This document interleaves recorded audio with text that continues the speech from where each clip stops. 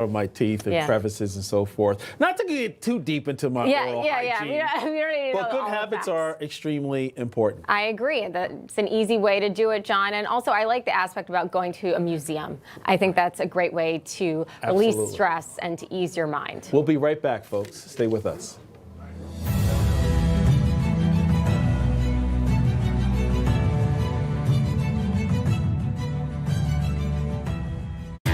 Hi, I'm Bianca Della Garza. What I love about working with Newsmax is the relationship we have with our viewers. So smart, so informed, it allows us to deliver powerful analysis, the sharpest viewpoints on the issues that really matter. Hi, folks, we're back. If you've been injured in an accident that's not your fault and you don't have an attorney, listen up. We have legal professionals standing by to answer your questions and tell you what your case is potentially worth. Pick up the phone, call now. Hi, I'm Kirk Kaiser, and did you know the average funeral costs around $10,000? And if you don't have enough insurance to cover funeral costs, credit card debt, and other expenses, your family is going to get stuck with the bill. Don't let that happen.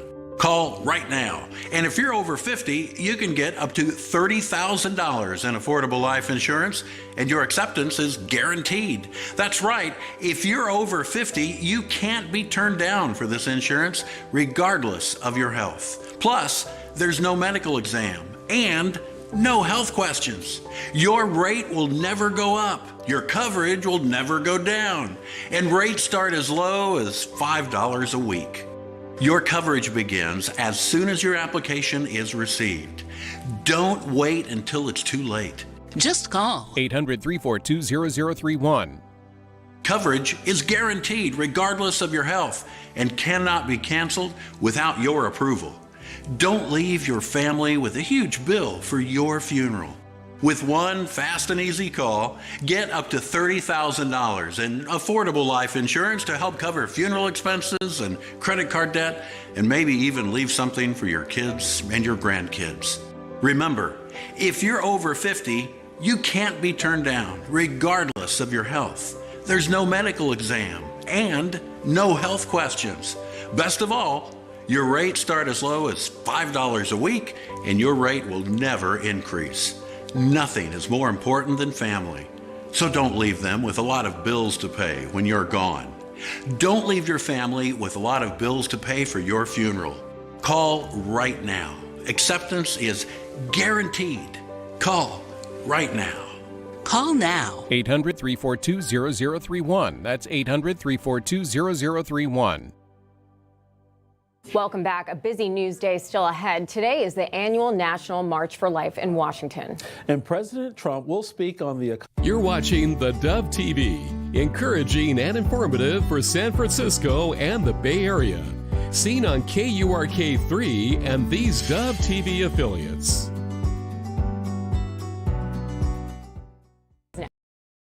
Good morning. You're tuned to theDove, encouraging and informative. Helping Oregon, Northern California, Idaho, and Nevada start the day with news and encouragement. This is Mornings on the Dove. Well, good morning to you. Happy Friday. It took us 4 days to get here. But we're here. We're here. Yeah. Anyway, good morning to you. Happy Friday. Welcome to Mornings on the Dove, where just about anything goes, and it usually does. It does. And Jerry's here. That's all it counts. That means we're going to rock and roll. We're going to get it across the finish line today. Winter is hitting. People are getting ready to ski in a lot of places. Over there. Except here. Over there. And the eastern storm, if you can imagine this, Arizona to Washington, D.C. We have a map of it a little bit later. It is really something. It's huge. And they're talking feet of snow. Yeah, they're talking about places that don't get snow, up to 2 feet of snow. And check this out. There are over 130 million Americans under a severe winter storm watch right now. There you go. That's huge. That's huge. Whoa. We got more on that coming up a little bit later. We're still high and dry. Yep. I wonder if the Farmer's Almanac, I didn't read it this year. Usually, it tells you when to plant your potatoes. Right. but I didn't know in its long-range weather forecasting if it forecasted this. I should go look it up. Anyway, good morning to you. Happy Friday. A lot going on in the news. The fallout from Davos continues to be there. Pretty fiery hearings on Capitol Hill yesterday. We'll have some of that for you. Oh, boy. Let's see. What else like that? Jerry rescued a bad boat, and he's going to take it home and restore it. It's part of the reclamation and restoration program. Yeah. Take this rust bucket home and see what you can do with it. Anyway, good morning to you. A lot going on, and we are kind of high and dry. It's actually kind of nice out there this morning, but stagnant air. We have that problem of stagnant air, and it is stagnant out there. So, anyway, good morning to you. What do you got? Well, it is National Security Technician Day. Oh, wow. Hug those people. Yeah, what does that say to you?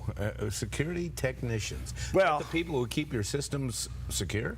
It says everything. Anything has to do with technical security. Oh my gosh! You want those people. Yes, and it's getting harder and harder. It is. Yeah. It is. You know, boy, we could talk all day on the security issue, but the point being is that.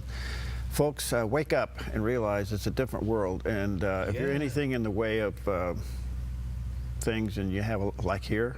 Our security says we got so many firewalls back there that we got firewalls for firewalls. I bet. Now I'm supposed to understand that stuff. Right? Do you?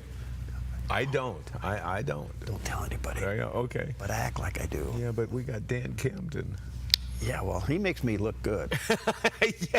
That's his job. I told him, I said, Dan, your job is to make me look good. You know, the trouble is that we need security technicians at home these days because we're all filled with computer systems and with vulnerabilities. Yeah.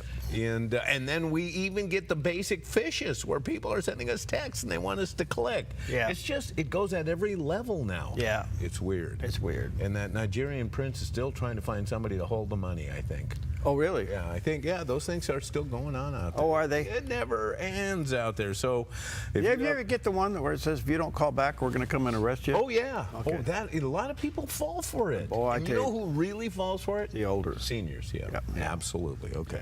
National Handwriting Day. Speaking of seniors, probably the only people handwriting anymore. Boy, you know, that's really something. You ever seen a young person try to write? Yes, I have. It's a challenge. Now, I really admire people that have beautiful handwriting, you know, and Peggy does, her mother did, she does, and I can't, you'd think I'm a doctor. Well, I'll tell you what, I made myself practice, I made myself go back to, some people call it script. Some people call it cursive. It is cursive, and I'll tell you what, I was really out of practice. About the only thing I could ever do anymore was sign my name. Yeah. And that's the other thing.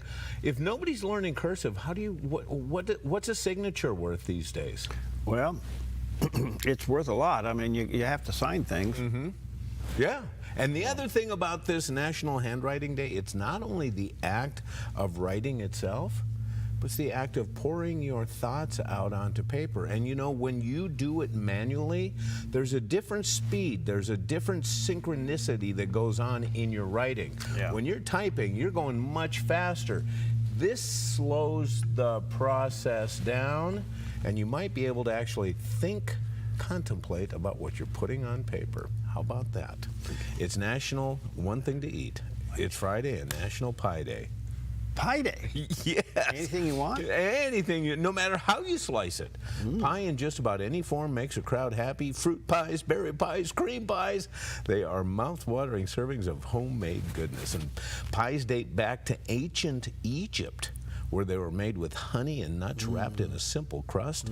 The Romans spread the idea of pies throughout Europe. It was a good marching food. Early American settlers brought pie recipes from Europe, and they adapted those recipes using local ingredients like berries and pumpkins. And there's the pumpkin pie. And pumpkin pie is the Thanksgiving staple. In 20,000, that's the biggest one in the world. 2010, the new Brenman giant pumpkin growers baked a 20-foot wide pumpkin pie. It weighed over 3,600 pounds at the new Bremen Pumpkin Fest and is recognized by Guinness World Records as the largest pumpkin pie ever made. And there it is, right there. Now, we have a great Dove supporter called Punkies here. But yes! And it's kind of like a an old-fashioned cafe, you know, Uh-huh. kind of back, you know, maybe 50s, 60s, something like that. Right. As a whole thing. And right above the counter, you can sit at a counter there, you can sit in the booth. Uh-huh. Okay. So right above the counter, which looks into the kitchen, great big letters that says up there, "Eat Pie." And they make all their own pies. Yeah, yeah. And they are delicious. Yep. All right, well, that's good. Yeah. The only thing about that 20-foot pumpkin pie, can you imagine the Cool Whip container you got to come in to top my that? stars. Yeah, yeah. Okay, well, here's a guy that eats any kind of pie you put in front of him. A look at our weather from Grange Co-op. High pressure continues over the Pacific Northwest, so today in northern Oregon and southern Washington, morning frost, then becoming sunny and near 47 for Vancouver, Portland, and Wilsonville, and near 45 in McMinnville. Continuing down the Willamette Valley, morning frost, then clearing to sunny with daytime highs near 47 in Salem and 45 in Albany and Corvallis. Patchy freezing fog in Eugene, then sunny and near 44. Patchy freezing fog across central Oregon this morning, then clearing to mostly sunny in mid-30s for Prineville and Sun River and near 30 in Bend. Over in Boise, Idaho, decreasing clouds in low to mid-30s. Along the Oregon coast, becoming sunny in low 50s in Coos Bay and Port Orford, sunny with a high in the mid-50s in Brookings, and sunny and breezy in Crescent City, California with a high near 58. In southern Oregon, patchy fog for the Rogue Valley, then clearing to sunny in mid-40s in Grants Pass, 49 in Medford and near 51 in Ashland. Sunny skies for the Klamath Basin with high temperatures in the mid-40s. Into northern California, patchy fog, then sunny and near 50 in Wairika, sunny in mid-60s in Redding, and mostly sunny for Chico with a high near 59, and Sacramento in the mid-50s with a light northwest wind. Patchy fog this morning across the Bay Area, then gradual clearing, becoming sunny with daytime high temperatures in the upper 50s for Santa Rosa, Napa, and San Francisco, and near 61 in San Jose. It's a snapshot of your Friday weather from Grange Co-op. All right, there's a picture of our valley, and no fog out there this morning. The planes are moving around. It's borderline cold. And yeah, a little warmer though, a little bit. You know, we've been in the 20s, but boy, it wasn't even below freezing when I came in. No, it's kind of interesting. We're 34 right now. Okay, that's what I thought. Yeah. So it's cold, but not bad. So anyway, we'll keep you posted on that. Okay, looking at the camera, talking to you. When was the last time you shared your faith? Oh, well, here is some encouragement with Dr. David Jeremiah. Think about how you came to know Jesus Christ. Was it not someone who told you about him? Either your parents or the people in your small group or in your class or maybe a preacher? How do we get this faith? It's from faith to faith. And when we get the faith, we receive it. Now we become reservoirs, and from our lives, others get faith. So the gospel says the way faith is communicated is originally comes from God. It's deposited in a human, and through that faith in that human, he is the transferer of that faith to others. The gospel is shared by faith.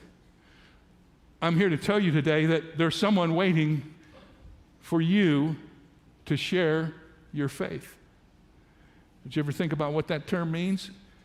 I want to share my faith.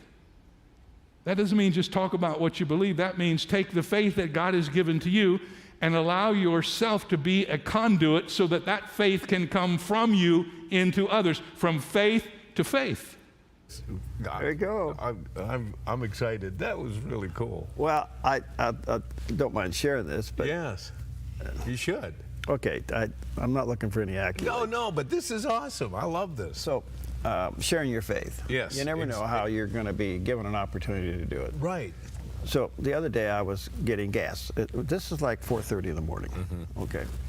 And I pull in to get some gas, and this guy in the stall on the other side of the pump. And he comes up to me and said, "Hey, friend," he said, "could you help me out with some gas?" At 4:30 in the morning, I don't, what do you do? Yeah. And what are you doing up at 4:30? Where are you going and all this stuff? Right. And I was thinking to myself, oh, God, what do I do with this? And I look in the car, and he has a gal in there, and he seemed to be pretty sincere. And I said, well, what's going on? I lost my job, and I'm trying to get this and that. You know, they always have a story. Right. And I don't want to be cynical about that. But I know, but that's true, though. Yeah. And I'm thinking, gosh, what do I do here? Yeah. I'm really stuck. So I said, okay, I'm going to get you some gas under one condition. He said, what's that? And I went in my truck, and I came out, and I had this. I had the word for you today. And I said, I will buy you some gas if you read this. I said, so you go in your car and sit down and start reading this, and I'll put some gas in your car. You gave him the word for you today. Outstanding. Yes. Yes. That is faith in action. That's awesome. Anyway. Hey, can you guys hear him? I don't see your mic. Oh, it's right here.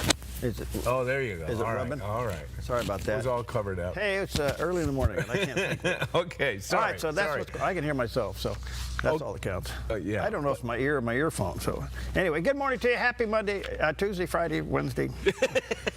All right, so yeah, true story. All right, let's take a look at some of the top stories this morning.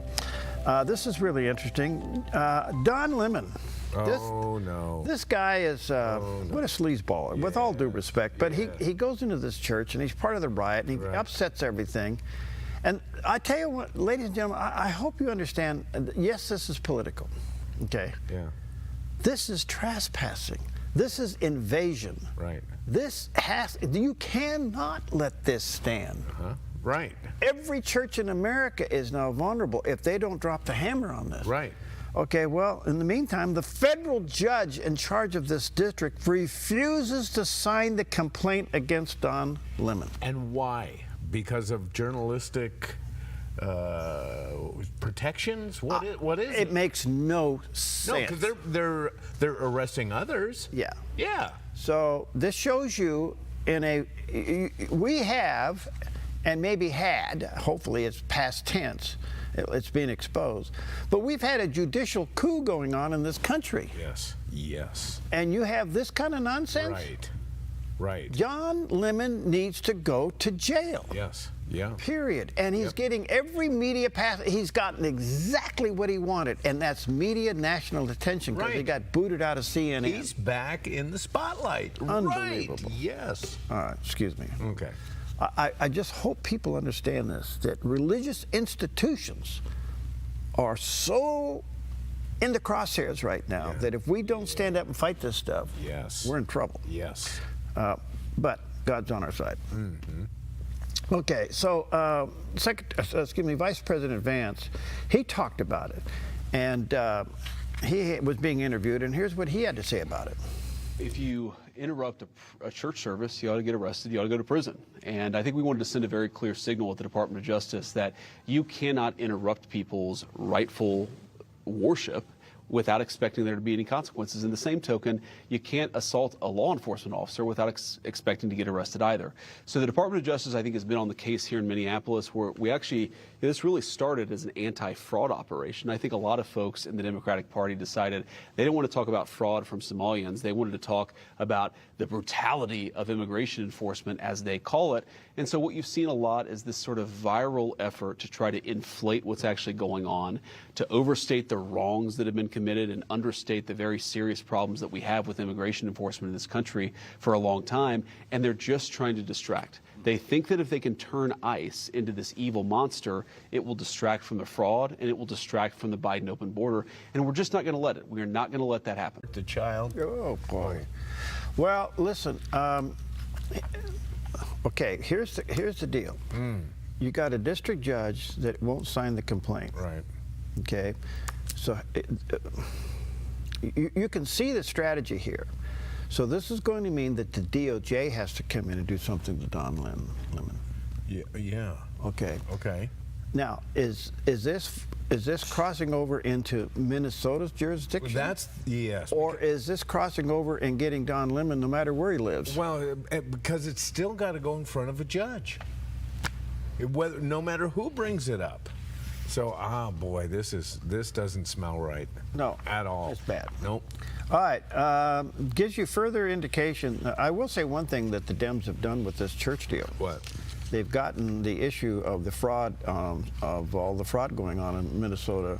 Yeah, where'd it go? It's gone. It's gone. Yes. So it's gone off the headlines. Yes, okay. but We know DOJ. All right, so in the meantime, you can tell that there's things breaking down within the DNC, because yesterday it was, they're working on the funding package to keep the government open. I mean, they got it. Well, we got that again. Until next week to get this done. Right. And so the DHS funding bill passed the House despite Democrats' opposition of funding ICE. And guess what? 7 Democrats voted for it. That's a crack. And that also tells me that these Democrats that crossed over and did this are in purple districts. Oh, yeah. Yes. And these are signals for midterm campaigning. So that's true. So think about that. Yeah. All right. The last story is the top 5. Well, yesterday, Jack Smith, the prosecutor that went after President Trump left and right, he was on Capitol Hill. Did you watch any of that? I didn't.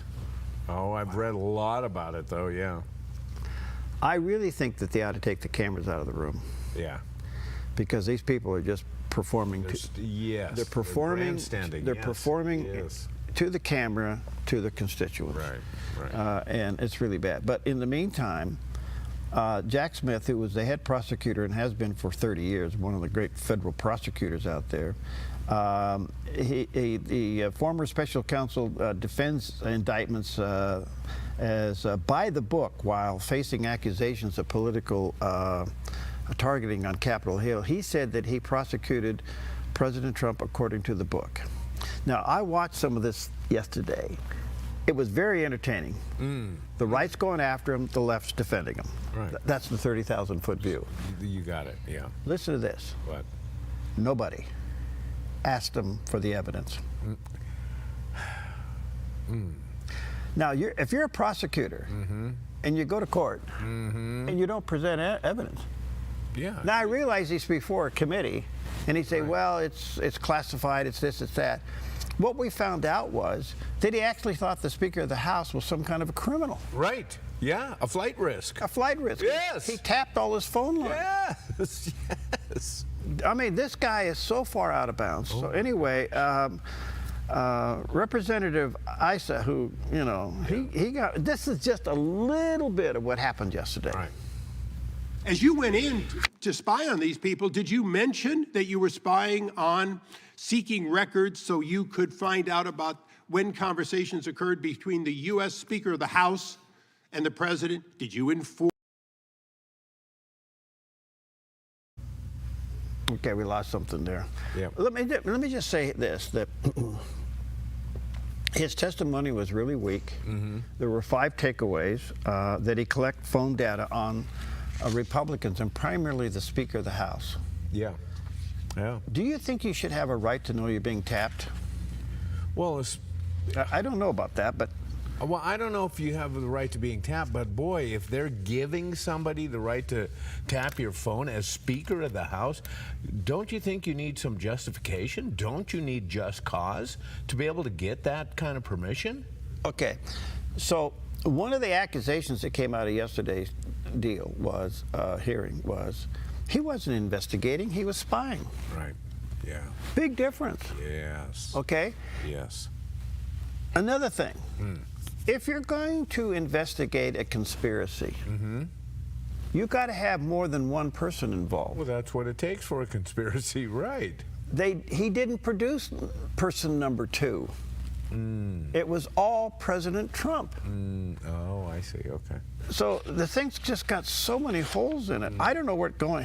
I guess he made a comment off camera that he's expecting to be indicted by the DOJ. Yeah. Right. So I don't know if that's going to happen. I will say one thing about the DOJ, and I don't know if this is timing or what it is, but boy, they better start coming up with some indictments. Oh, yeah. And I don't mean that just to be mean, but if we're going to really put meat back into the rule of law, right, to people who blatantly violate it. Yeah. Yes. So anyway, those are some of the top stories. And what is today? Oh, Pie Day. Pie, and any kind you want. It could be sweet or savory. Take your choice. It's breakfast time. Could be a quiche. Well, I'm trying to think. If I went in and sat down and I was going to order pie, what I'd order. Is quiche a pie? Is quiche pie? Huh. Kinda. It could be. Could be for breakfast, too. Okay, but if you're going to go to lunch today and you went into a place that had pie. What would you order?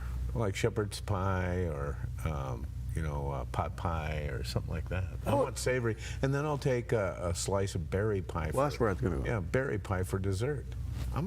It's pie day. Berry pie. Berry, yeah. I got to think about that. Okay. I like banana cream, coconut cream. Well, I can do that, too. Okay. Yeah. You got some? Up here. Okay. We'll be right back. Okay. Everything comes alive. Everything comes alive. And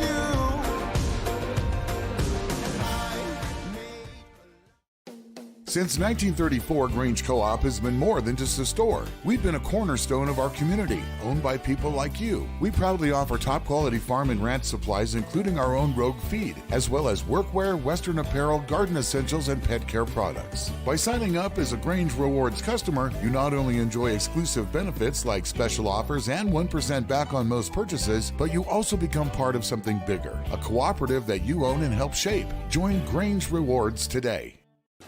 Put your gold in an envelope, mail it. Hopefully you get a check. No. Father and son jewelry, bring your gold in, we weigh it, we check it, we make you the offer. Or turn your something old into something new. Whether it's an idea, a picture, or a piece you want to duplicate, we can melt it down and make it for you. If you find your perfect piece in store, trade your something old for something new, and you always get a little extra. Visit Father and Son Jewelry, 5 generations of family in Medford. Heavenly Father, I just want to say thank you today. I don't want to pray just when I need something or when things aren't going my way. I need you all the time, no matter what is going on, and I just want to say thank you. Even though things aren't perfect, you are, and your plan for me is. Thank you for your grace, for your mercy, for your unconditional love for me. And most of all, thank you for sending your son Jesus to die for my sins to prove that unconditional love. That even while I was a sinner, he died for me. Thank you. In Jesus' name, amen. Twin Factor is brought to you on the Dove TV by Black Flag Armory. Firearms, gunsmithing, training, and the best prices in Southern Oregon. Twin Factor, weekends on the Dove TV.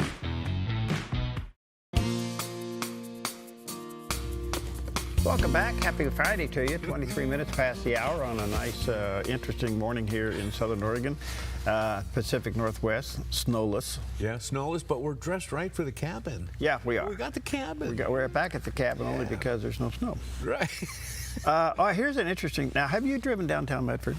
Not recently, no. Okay, they put in this new interesting thing down Main Street where they have these bike lanes kind of. Oh yeah, I have. I've been there since they did that. Okay, yes, so they have these bike lanes, and then they got these posts, and then they got parking, and then they got the. Is anybody happy with it? The street, huh? This was like a deal. Okay. Right. Does anybody like it?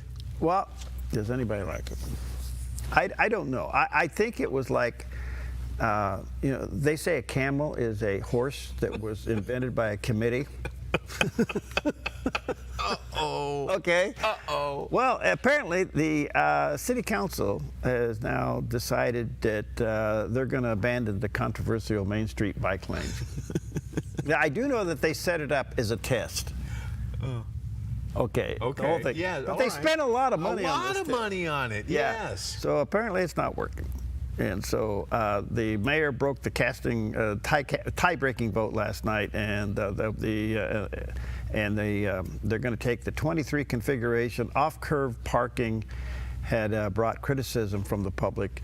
The problem is, when you turned into this thing, if you weren't familiar with it, you either were in a bike lane or you were hitting a parked car. Yeah. It had a little bit of a problem with it. Yeah, I'd say. Well, apparently city council said bye-bye. Oh, good. So we'll see what happens with that. Okay. All right, back to the weather. Yeah. The Pacific Northwest is experiencing one of the driest, snowless winters since 1981, according to the Oregon State climatologist. That's Mount Bachelor, if you can believe that. Wow. And so we got some problems out there. And these snow resorts are suspended operations. Yes. Our own Ashland's that way. And but now we have another picture here. Where's all the weather going? It's going back east. We have a picture to the there. south. Look there you at this go. storm. It's going across the whole country. They're saying 100 million people are impacted by this. That storm front is over 2,000 miles long. They're talking like, you know, 1.5 feet of snow in up to 2 feet in some places in Virginia. Yeah. Yeah, and you're right. Over 130 million people under severe storm watch right now. Flights are being canceled. If you were heading east, probably you're not going there. Wow. Wow. So anyway, we have a weird pattern that the low pressure is coming up from the south and then moving up to the northeast, leaving the Pacific Northwest high and dry. Well, you know what the climate crisis people are going to say? What? Was see the extreme weather for the people across this portion of the country and see the lack of snow in the people in the west. This is exactly what we're preaching. It's like, yeah, it's the jet stream. Yeah. The jet stream shifted. We're still getting moisture. We're still getting winter fronts. We're still getting, anyway. Yeah, anyway. We do need the high pressure ridge off the Pacific Northwest That's to what be it broken is. up. Yep. And it's been hanging out there. Yep. And the low pressure, it's so dominant, the low pressure hits it and breaks up. I got to tell you. It goes north or south. You know, I write the weather every day. It's getting boring. Yeah. It's all about high pressure, morning fog, freezing fog, then sunny in the afternoon and warm temperature. It's the same every day. There's two places we don't need meteorologists. Where? Heaven. And Hawaii.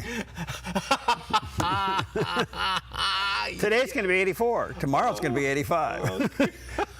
Yes. Friday's going to be 84. Saturday's going to be 85. Oh, I love it. I love it. So anyway, so much for all of that. To verify all this, take a look at the satellite image this morning.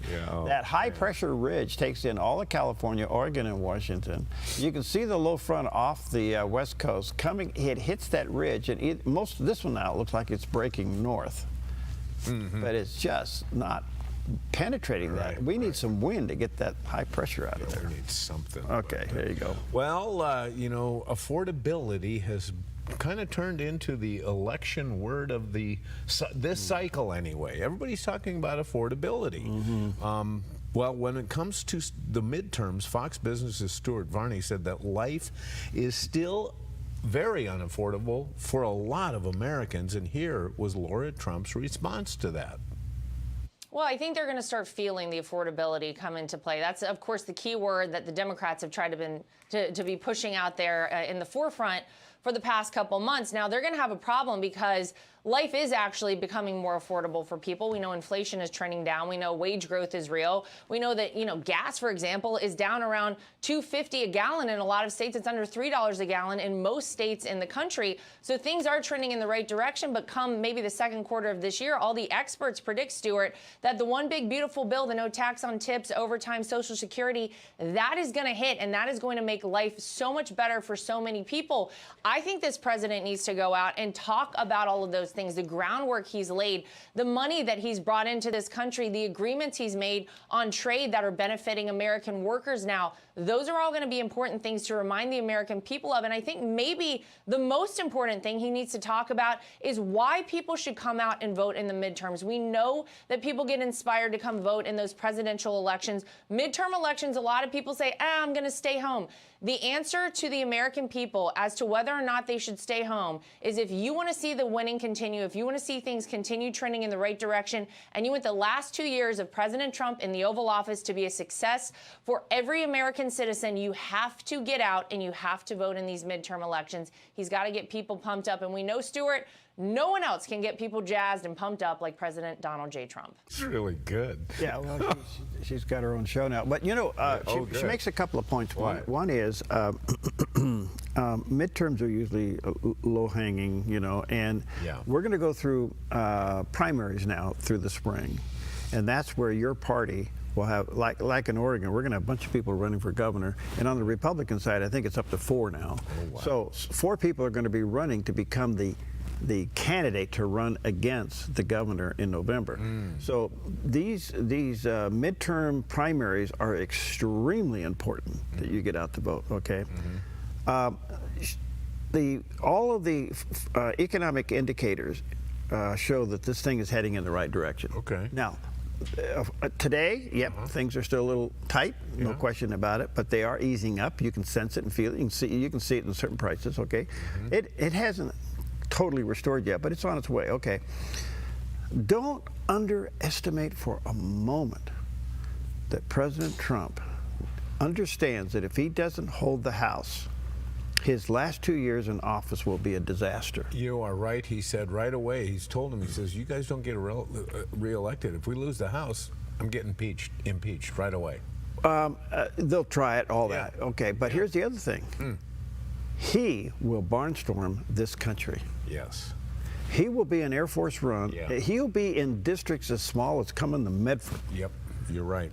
And because that's how important it is. And we'll see how that works out. So you're going to see the economy come up. You're going to see the celebration of our 250th birthday. Patriotism is going to be an all-time high. Air Force One's going to small-town America. He could pull it off. Hey, we've had Air Force One here before. Wouldn't it be nice? Huh? Yeah. Air Force One and Air Force Two here. Oh, that's right. Yes. Yeah, I had a high honor, well, the president, when I was chairman, I was President George W. But prior to that, while he was running, he came. Then after president, he came. Yeah. Okay, that was because of the big fire we had up here. Right. But in between that was Dick Cheney. Yes, we went out and saw Dick Cheney. Yeah. We did. All right, that's our story, and we're sticking to it. We'll be right back, going for pie.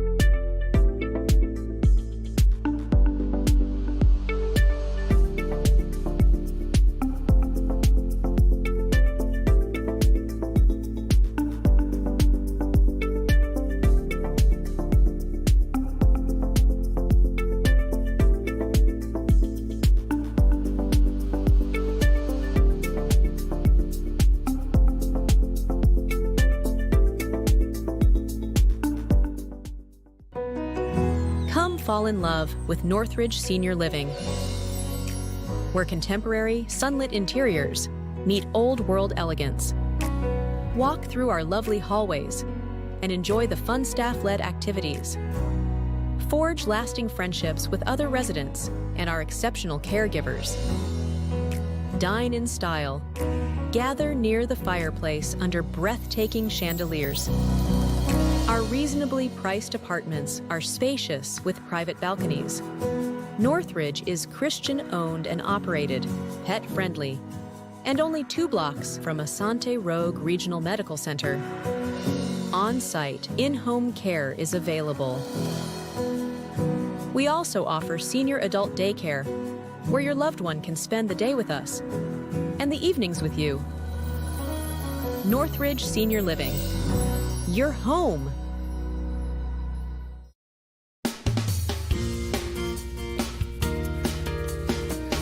Welcome back on a beautiful Friday morning, at least here on the West Coast, where we have high and dry weather. Most of the country is socked in with a extreme winter weather warning. Yes. And it is big. Millions of people are being affected by it, so be careful out there. All right, let's check in with CBN News Watch and find out what's going on in the Middle East today.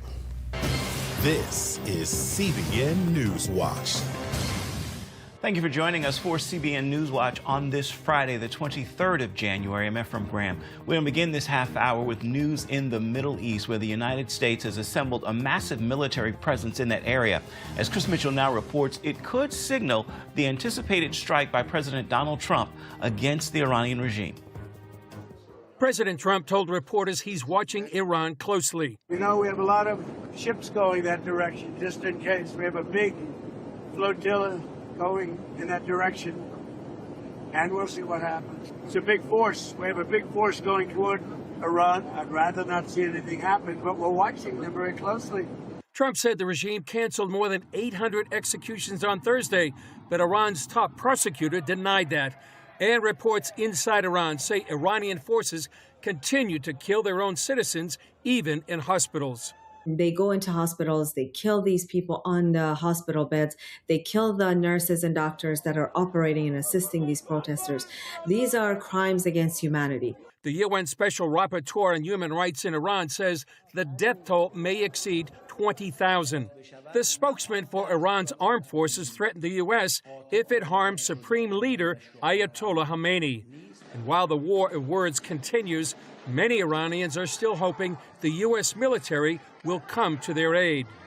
Those developments coming as President Trump launched his Board of Peace in Davos, Switzerland on Thursday. Together we are in a position to have an incredible chance. I don't even call it a chance. I think it's going to happen. To end decades of suffering, stop generations of hatred and bloodshed, and forge a beautiful, everlasting, and glorious peace. One conflict the Board of Peace could address is the Syrian army's attack against northeast Syria, which has been the home of a democratic independent region for more than 10 years. Thousands of people being displaced and numbers of people being kidnapped and being arrested by them, and some of them being beheaded and others being killed. Pastor Majid Kordi told CBN News the Christians in this region are calling for prayer. CBN News has reported in the past about some of these churches, like this one in Kobani, Syria. They are calling for help, and they are calling the churches around the world to pray for them so that the Lord may interfere the situation and stop what is going on at the moment, because there is no doubt that there will be another genocide. And Chris is here now with more. Chris, what are people anticipating in the region concerning a U.S.-led attack on Iran? Well, first up from the Iranian protesters, they're hoping for a strike any day. They've been waiting actually for several weeks. Something that would hit the apparatus that's trying to crush the protests, anything that would push the regime to fall. Here in Israel, people are anticipating a possible retaliation from Iran if the U.S. attacks. Ballistic missiles, drones, UAVs. Now, Israel has successfully intercepted most projectiles in two major Iranian attacks in the last year and a half. In the region as well, nations like Qatar and Turkey, they've been reportedly advising against the U.S. attack and how it could affect the region. We'll see. And Reza Pahlavi, the exiled crown prince, obviously anticipating a fall of the regime and his return. All happening here in the Middle East, and why it's so important to be praying, Ephraim, for what's going to happen in Iran. Could Israel help in this strike, or could it do anything to assist in undermining Iran? It could participate in a U.S. strike. They have before. They did in the war last year, June 2025. And there could be a variety of ways that Israel could help. Operatives inside Syria, the Mossad, we know they were there in June, and we expect that they would be there as well. Cyber attacks. So there could be a joint U.S.-Israel attack against the regime to help make it fall. But certainly Israel has a huge vested interest in seeing the fall of this regime. Many people have been anticipating this and hoping and praying for this as well. Sunday, we will recognize Solidarity Sunday. Tell us what that's all about. Well, it's an effort by Eagles Wings and Bishop Robert Stearns. They're calling on churches around the world to participate, what they call Solidarity Sunday. And during a rise of unprecedented global anti-Semitism, they want the Jewish people to know the church can be a safe place. And they want people to welcome their Jewish neighbors into the local churches, tell them you can feel safe in our home. We want you to feel safe in the city. And they want to sort of have the what Naomi said to Ruth, your people shall be my people, your God, my God, and that there's a Gentile church, a Ruth church, saying to the people of Israel those exact words. All right, before we let you go, let us know what's ahead on Jerusalem Dateline today. Well, we have an interview with Pastor Robbie Dawkins. He's been in touch with the underground church in Iran. He's telling us about amazing miracles. What was that all about? I'm sorry about that. Well, we'll get our act together. Yeah. Anyway, good morning to you. A lot going on in the weather scene, but not much on the West Coast. Let's check in with the guy that's always on top of everything. A look at our weather from Grange Co-op. High pressure continues over the Pacific Northwest, so today in northern Oregon and southern Washington, morning frost, then becoming sunny and near 47 for Vancouver, Portland, and Wilsonville, and near 45 in McMinnville. Continuing down the Willamette Valley, morning frost, then clearing to sunny with daytime highs near 47 in Salem and 45 in Albany and Corvallis. Patchy freezing fog in Eugene, then sunny and near 44. Patchy freezing fog across central Oregon this morning, then clearing to mostly sunny in mid-30s for Prineville and Sun River and near 30 in Bend. Over in Boise, Idaho, decreasing clouds in low to mid-30s. Along the Oregon coast, becoming sunny in low 50s in Coos Bay and Port Orford, sunny with a high in the mid-50s in Brookings, and sunny and breezy in Crescent City, California with a high near 58. In southern Oregon, patchy fog for the Rogue Valley, then clearing to sunny in mid-40s in Grants Pass, 49 in Medford and near 51 in Ashland. Sunny skies for the Klamath Basin with high temperatures in the mid-40s. Into northern California, patchy fog, then sunny and near 50 in Wairika, sunny in mid-60s in Redding, and mostly sunny for Chico with a high near 59, and Sacramento in the mid-50s with a light northwest wind. Patchy fog this morning across the Bay Area, then gradual clearing, becoming sunny with daytime high temperatures in the upper 50s for Santa Rosa, Napa, and San Francisco, and near 61 in San Jose. It's a snapshot of your Friday weather from Grange Co-op. Here's a picture of our valley, and right now it seems to be okay. But it's stagnant air out there, so be careful. Oh, man. Well, it was a police show. I love police dramas. It was a police show that was different from any other, and it debuted on this day in history.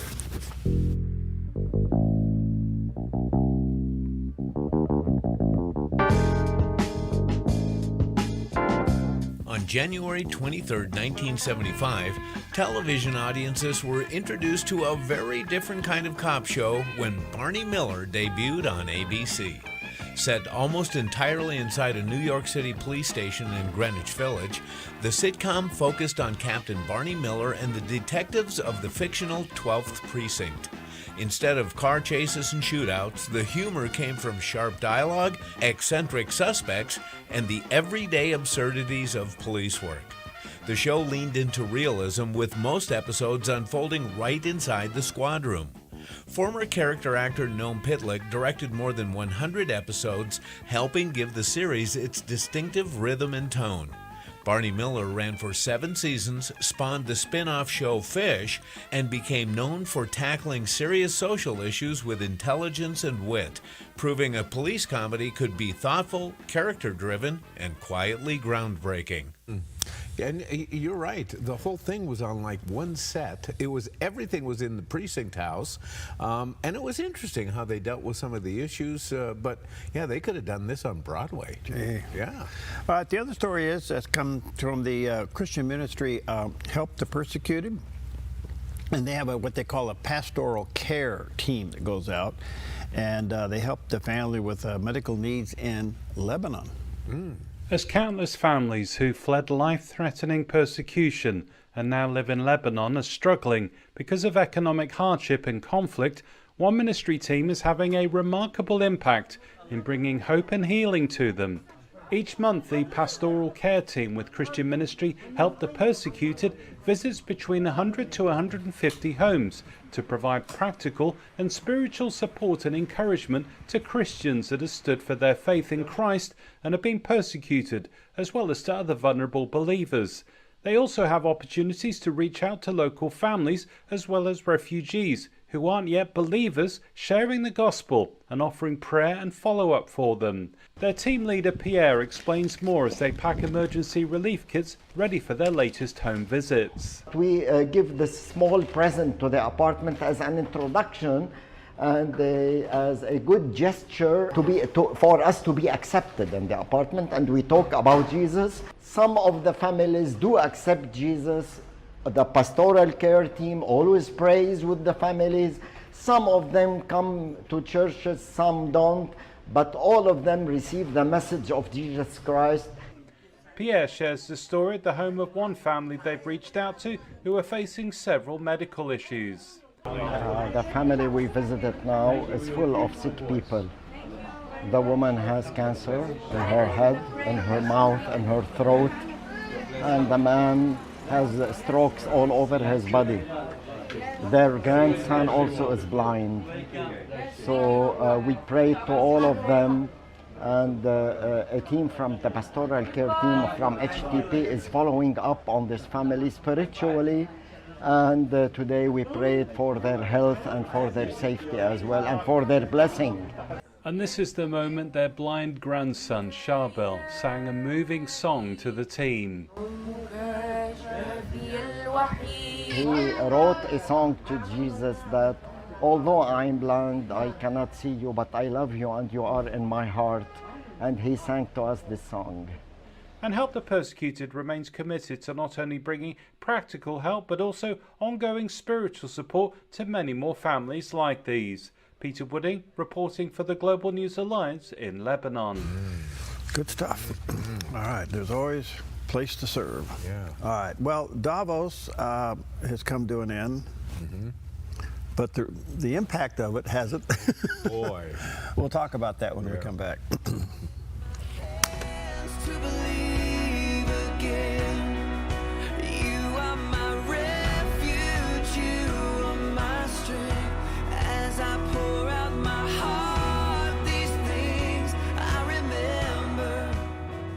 Hi, I'm Ryan Robertson, host of a brand new program on the Dove, Ministries on the Move. Ministries on the Move spotlights the incredible work of how God is using everyday people and organizations, putting their faith into action, serving the hurting, strengthening families, and sharing the hope of the gospel in practical ways. Be inspired and discover these Ministries on the Move. Premieres Tuesday, January 27th at 4 p.m. on the Dove TV. Encouraging and informative. More at thedove.us. The Lennox iComfort S30 thermostat can sense changes in your environment. It even knows when you come and go. So now your home's most important system is also the smartest. Metal Masters can give you the smartest home comfort system available. It knows when you're away and adjusts when allergens and humidity get uncomfortable.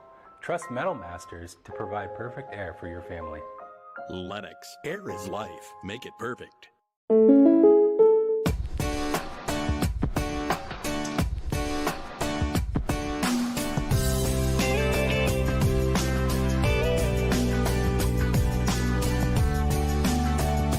Combining your home and auto insurance could save you time and money. And who doesn't like that? When you want surprisingly great rates on auto, home, and life, call State Farm agent Rory Wold in Medford today. Like a good neighbor, State Farm is there. Finding that next great series to binge watch is fun, but your neck, shoulders, and body don't count that as me time. Hi, I'm Tamara Miller, owner of Organic Element Spa, and I invite you to put down the remote, get off the couch, and schedule yourself some real me or we time with your favorite service, like one of our many massages, couples massages, or facials. Your health, safety, and comfort are always top priority with us at Organic Element Spa. We can't wait to see you. Book your appointment today. Okay, good morning. 11 minutes before the hour. Davos, the residual of Davos, primarily from President Trump being there, is pretty interesting. And is Davos a great big elite social club for fat cats that are trying to control the world? I don't know, because they have. And does it have any really authority? They have conferences here all the time, you know, whether it's green conferences or these guys. I don't get it. And Trump is clearly the fly in the ointment there, no question about it. Anyway, so I had Casey Fleming on. He's got I'll tell you who he is later, but here's what he said about do the average American understand what Davos is all about? And here's what he said.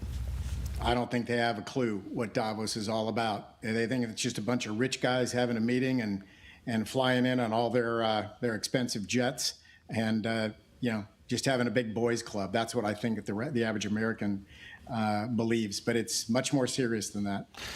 Don't forget, Larry Fink kicked it off and basically said the current rules-based international order is obsolete. We can no longer sustain the level of,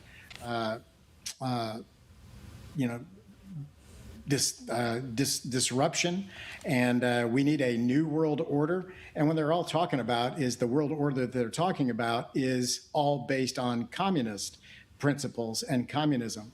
When they say you're not going to own anything and you're going to be happy about it, that's communism, where the state owns all property. They also own all production and all control. That's really what's at stake right now. And when you're talking Davos and the WEF, that's exactly what it is. So his book called The Red Tsunami skyrocketed to the top of Amazon this past week. It just got released. And he connects the dots all over the world, how serious these organizations really are and what their agenda is. Then in the middle of that, here sits Gavin Newsom, Governor Newsom, sitting in the back of the crowd, coming unglued with every word that President Trump is speaking. I mean, it really got to him. It did. And he did several interviews there. Now, why is the governor of California there? That's a great question. Well, he's running for president. Okay. So anyway, he does several interviews. Everything falls apart on the poor guy. I mean, no matter what he said, he got pushback. And then finally, Secretary Bissett was asked about him being there in his interview. Yeah. You won't believe this. This is wonderful. Here you go. Governor Newsom, who strikes me as Patrick Bateman meets Sparkle Beach Ken, may be the only Californian who knows less about economics than Kamala Harris. He's here this week with his billionaire sugar daddy, Alex Soros, and the Davos is a perfect place for a man who, when everyone else was on lockdown, when he was having people arrested for going to church, he was having $1,000 a night meals at the French Laundry, and I'm sure the California people won't forget that. And I can tell my message to Governor Newsom is the Trump administration is coming to California. We are going to crack down on waste, fraud, and abuse. And I was told he was asked to give a speech on his signature policies, but he's not speaking because what have his economic policies brought? Outward migration from California, a gigantic budget deficit, the largest homeless population in America, and the poor folks in the Palisades who had their homes burned down. He is here hobnobbing with the global elite while his California citizens are still homeless. Shame on him. He is too smug, too self-absorbed, and too economically illiterate to know anything. Whoa. What if he had an opinion? Whoa. Wow. I've never heard anything like that publicly like that. What a dress down. But it was a dress down. And the problem with that is it's all true. It is, yes. And by the way, what? Alex Soros is running basically Gavin Newsom's campaign.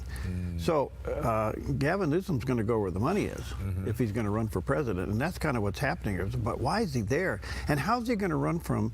Right now, they're over $1 billion shortfall in their budget. California is. There's $8 billion now, they say, with welfare fraud that's about ready to be uncovered. You got all the problems with the Palisades, and can the state pull off the Olympics? Yeah, I don't know. I mean, it's amazing. Yeah. And he's running for governor, and the only thing he can do is badmouth. He was so bad on his interview. He came out with these knee pads. Right, yeah. Did you see that one? Yeah. And I'm looking at that, and I go, why are you doing this? You're just burying yourself. Right. It's amazing. It was so childish, you know. Anyway. Well, this has been an interesting conference, and of course, part of the, the hubbub over there has been the Greenland stuff. Okay, and something else caught my attention was that obviously we had quite a response from some of the European nations when Donald Trump started talking about buying Greenland. Okay, so Some countries sent troops. Germany, Sweden, Norway, Finland, the Netherlands, the United Kingdom, France, Belgium, and Estonia. They all sent troops to Greenland in response. Well, guess who's miffed and really ticked off about this? Volodymyr Zelensky. Yeah. And he says, well, wait a minute. You guys are buying Russian oil, funding that war, and how many troops have you sent me? Yeah. He says the President of the United States talks about buying Greenland, and you send troops to Greenland? Yeah. What's the hypocrisy here? It just shows you how the EU is totally out of touch. Totally. And then you got Carney up in Canada wanting to start a war with the United States, so he got disinvited from the peace board. Now, I know what everybody's saying. What? Trump started all this. He deserves this mess. But when you pull the onions get back, the argument really falls apart. It does. You know? It does. So- And he's got an interesting way of negotiating and setting the stage for negotiation. Yeah. He likes before he comes in, he likes to throw a few bombs, doesn't he? Oh. He gets people ready for the negotiations. Yeah, he's the And then he all-time- softens. He backs up. He's the all-time grenade thrower. Oh my goodness. All right, take with you Romans 5:5. Now hope does not disappoint because the love of God has been poured out in our hearts by the Holy Spirit who was given to us. Is the Holy Spirit living in you today? Go love on somebody. Buy him a piece of pie. In fact, buy him the whole pie and bring us a piece. Or buy him some gas. Buy him some gas. Oh, buy him some gas. There you go. All right.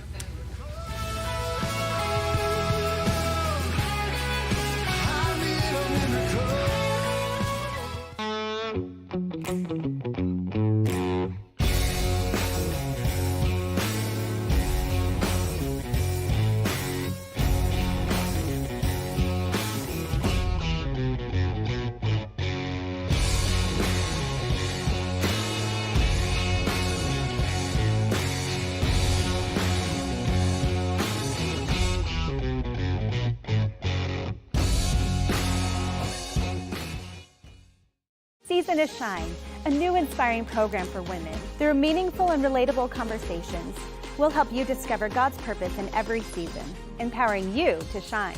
Premieres Monday, January 26 at 4 p.m. on the Dove TV. Fish Lake Resort has everything you need to make fun memories and traditions all winter long. Join us every Saturday night for prime rib dinner. Explore our scenic winter trails. Enjoy some great fishing, or spend all day playing in the snow, and then settle in for a cozy night in one of our warm winter cabins. Visit fishlakeresort.net today to plan your visit. Hey, this is Ed, co-owner of Visiting Angels. To continue to serve our seniors, we need more caregivers with a heart to serve. Our mission statement is honoring the art of giving, which means we honor you, the caregiver. We know it's our people that make Visiting Angels the best in-home care provider and a great place to work. Come be our next amazing caregiver. Give us a call or apply online. At Visiting Angels, we're committed to you because we honor the art of giving. A ministry moment on the Dove. You really have sort of the wireframe, if you will, the template of how to pray. First of all, it's your Father who art in heaven. Yes, he's God. Yes, he's all powerful. But guess what? He's your Father. And he's your Father who loves you. Jesus said, it's your Father's good pleasure to give you the kingdom. We don't follow a stingy God. We don't follow an angry God. God is not mad at you. God is mad about you. And he can't keep his eyes off of you. And he wants to hear from you. My Father who art in heaven, hallowed be your name. Your kingdom come, your will be done on earth as it is in heaven. It's great to offer worship and praise to God when you pray. Thank him for what he has already done and ask for his will in your life. A ministry moment on the Dove. Grab a cup of coffee and start your day right. Join us for Mornings on the Dove.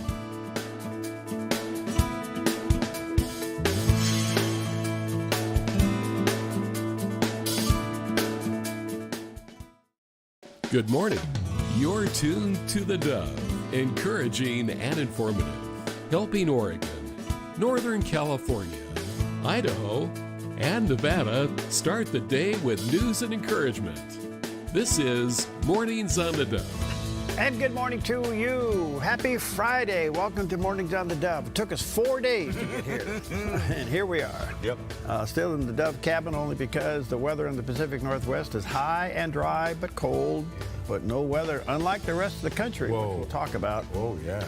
A vast majority of the country is under a winter storm watch, unlike anything we've seen in a long time. We're talking feet of snow in some areas. And places that don't normally get snow. Yeah, a couple feet in some places. Interesting. Yeah. All right, good morning to you. A lot in the news, there always is. We'll get to that. And Jerry's here, and he has something very special today. Yeah. First of all, it's National Security Technician Day. All right. Where would we be without security experts these days? Your systems would be so compromised you wouldn't know what end is up. You know, and I think we're all challenged at times. Yeah. We've had some issues with internet connections at home. Right. So what's your first reaction when you have issues? Get a hammer. I didn't think of that one. No, I'm the old-fashioned way. I go unplug everything. You know, let them recycle. And You see that commercial where the guys are working on a piece of wood? Get a hammer. Yeah. And his phone's sitting on the desk over there, and it's making that noise you get when you get a text, you know, like click, click, click, click, click, Right, click. yeah. So he walks over and he gets the hammer and goes, bang, bang, I haven't bang, seen bang. this one. No. Yeah. Oh, I love it. So, treat your security technician very special today because they do a very vital job. Because we have a lot of threats. Yes, we You know, do. Yeah. How safe is everything these days? Boy. I mean, gosh, when you think of cybersecurity and some of the threats that come our way, it's one thing at business, but it's also needed at home now. Yeah. You know, because our systems. But anyway, and then when all your systems are compromised and shut down, you got to pick up something and a tactile experience starting to write. It is National Handwriting Day. So I can still write my name. Can you? Yeah. Yeah. It can. Is it readable? Yes, I can read that. See, that's my signature. That's nice. All right. My signature. Can Peggy reproduce? Oh, she's beautiful handwriting. Yeah, how about, can she reproduce your signature? No. You know, I think my bank. Oh, she probably could. I don't know. think my bank knows my signature. Really? Yeah. Oh, it's only Pam? Yeah. Oh, well. She signs my name. Oh, wait a minute. She signs your name? Yes. So, wait a minute. Hold on to this. No, wait, time out here. So you could go home and be broke? Oh, absolutely. Really? Are you kidding me? I might be broke. I don't even know it. Go for it, Pam. I trust you, Pam. Yeah. No. Honey, I'll be back from Italy in 2 weeks. Now, the handwriting thing is not just about the ability to do it. Yeah. You know, because, obviously a lot of people can't do cursive anymore. That's true. Yeah. And so, which makes signatures a real challenge. But it's not only just the act of, writing itself, but it's the process, the tactile experience of making your thoughts flow with the writing experience, which means if you're going to do it by hand, everything slows down. Oh, does it ever? Yeah. Why do that when you got Alfred? Yeah. Oh, goodness. A lot of us are on keyboards, and I know that a lot of us are faster on keyboards than we are writing. Yeah. How about dictation? How are we all going to, voice texting is a real danger. Yeah, I mean, you can do that on your phone. Yeah, and our computers can do it now. You can start to text onto some of your documents. Yeah. I just don't trust that. You spend too much time rereading and editing. That's the problem. Yes. You can write it, or you can voice it in there. Right. And then you got to make sure you don't hit the send button because it's a high probability that there's something really wrong in there. Which brings us to something we talk about a lot is AI. And they say, like 40% of your time is just checking AI. Yeah. I mean, so anyway, moving on. Moving on. Let's have some pie. It is National Pie Day on this Friday. No matter how you slice it, pie in about any form makes a crowd happy. Fruit pies, berry pies, cream pies. They are mouth-watering servings of homemade goodness, and they date back to ancient Egypt, where they were made with honey and nuts wrapped in a simple crust. Romans marched with it. They spread the idea of pies throughout Europe, and early American settlers brought pie pie recipes from Europe, but they adapted these recipes using local ingredients like berries and pumpkins. And speaking of pumpkins, check this one out.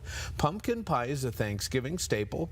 The tradition dates back to the early 1800s when pumpkins were plentiful and easy to grow. And check this, in 2010, the new Bremen giant pumpkin growers baked a 20-foot wide pumpkin pie. It weighed 3,699 pounds.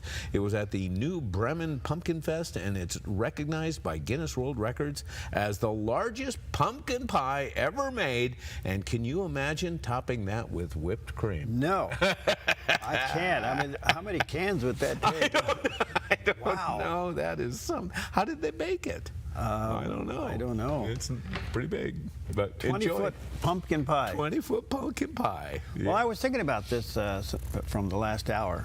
Okay, now my favorite pie in the world is cherry pie. I love cherry pie. Oh, okay, yeah. That's my favorite pie. Okay. But today, I have this funny feeling about a coconut cream pie. Oh, yeah. Which is against all the rules. But why? Well, it's just like, you know, high sugar. Oh, well, yeah. Well, is there any pie that, other than a savory, you know, like meat pie or something like that, is there any pie that doesn't have a lot of sugar in it? Well, my cherry pies don't have any sugar in them. Keep telling yourself that, buddy. Especially with the ice cream that I put in there. They're fine. You know, a la mode, that makes everything better, doesn't it? Yeah, it does. All right. All right, well, here's here's Pam's a la mode. A look at our weather from Grange Co-op. High pressure continues over the Pacific Northwest, so today in northern Oregon and southern Washington, morning frost, then becoming sunny and near 47 for Vancouver, Portland, and Wilsonville, and near 45 in McMinnville. Continuing down the Willamette Valley, morning frost, then clearing to sunny with daytime highs near 47 in Salem and 45 in Albany and Corvallis. Patchy freezing fog in Eugene, then sunny and near 44. Patchy freezing fog across central Oregon this morning, then clearing to mostly sunny in mid-30s for Prineville and Sun River and near 30 in Bend. Over in Boise, Idaho, decreasing clouds in low to mid-30s. Along the Oregon coast, becoming sunny in low 50s in Coos Bay and Port Orford, sunny with a high in the mid-50s in Brookings, and sunny and breezy in Crescent City, California with a high near 58. In southern Oregon, patchy fog for the Rogue Valley, then clearing to sunny in mid-40s in Grants Pass, 49 in Medford and near 51 in Ashland. Sunny skies for the Klamath Basin with high temperatures in the mid-40s. Into northern California, patchy fog, then sunny and near 50 in Wairika, sunny in mid-60s in Redding, and mostly sunny for Chico with a high near 59, and Sacramento in the mid-50s with a light northwest wind. Patchy fog this morning across the Bay Area, then gradual clearing, becoming sunny with daytime high temperatures in the upper 50s for Santa Rosa, Napa, and San Francisco, and near 61 in San Jose. It's a snapshot of your Friday weather from Grange Co-op. There's a picture of our beautiful valley this morning, and got some high clouds over the top, but no fog, and kind of mild temperature. I say mild in the 30s, but yeah, it's not bad. So, yeah, but you can see the air stagnation. Yep. Well, yeah, it's been colder, so. But now this is interesting, Perry. Pastor David Jeremiah wants to encourage us with the gospel, which remains the same whether you are Jew or Gentile.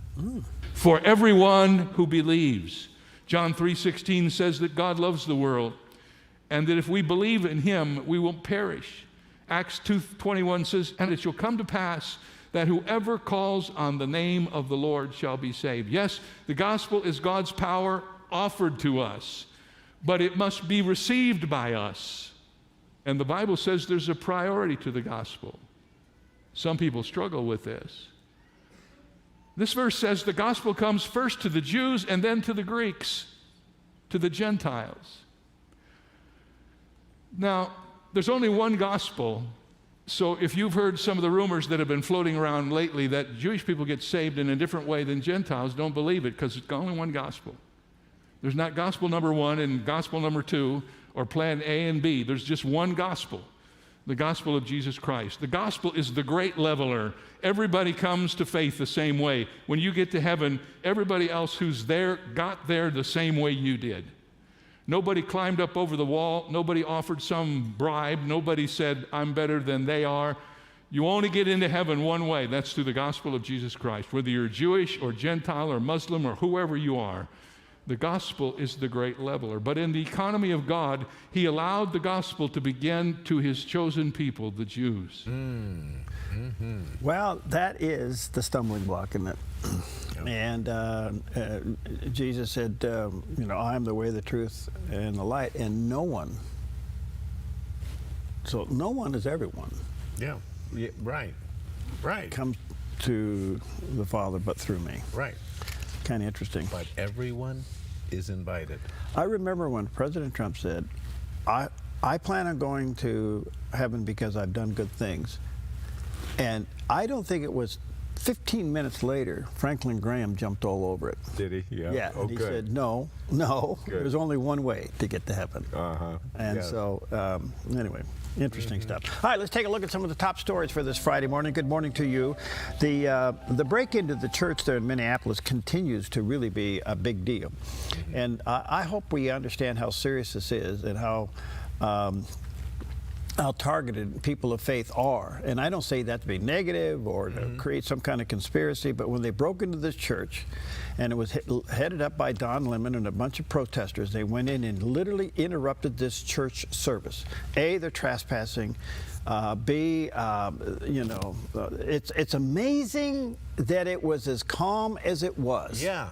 This thing could have gone completely crazy. Right. And I want to say to the pastor and to the parishioners in that church, every one of them, for some reason, I guess it was just God. I say that, I know it was God, that kept their calm, kept their cool. The pastor kept his cool. Right. People fell on the floor, fell on their knees and started praying. Right.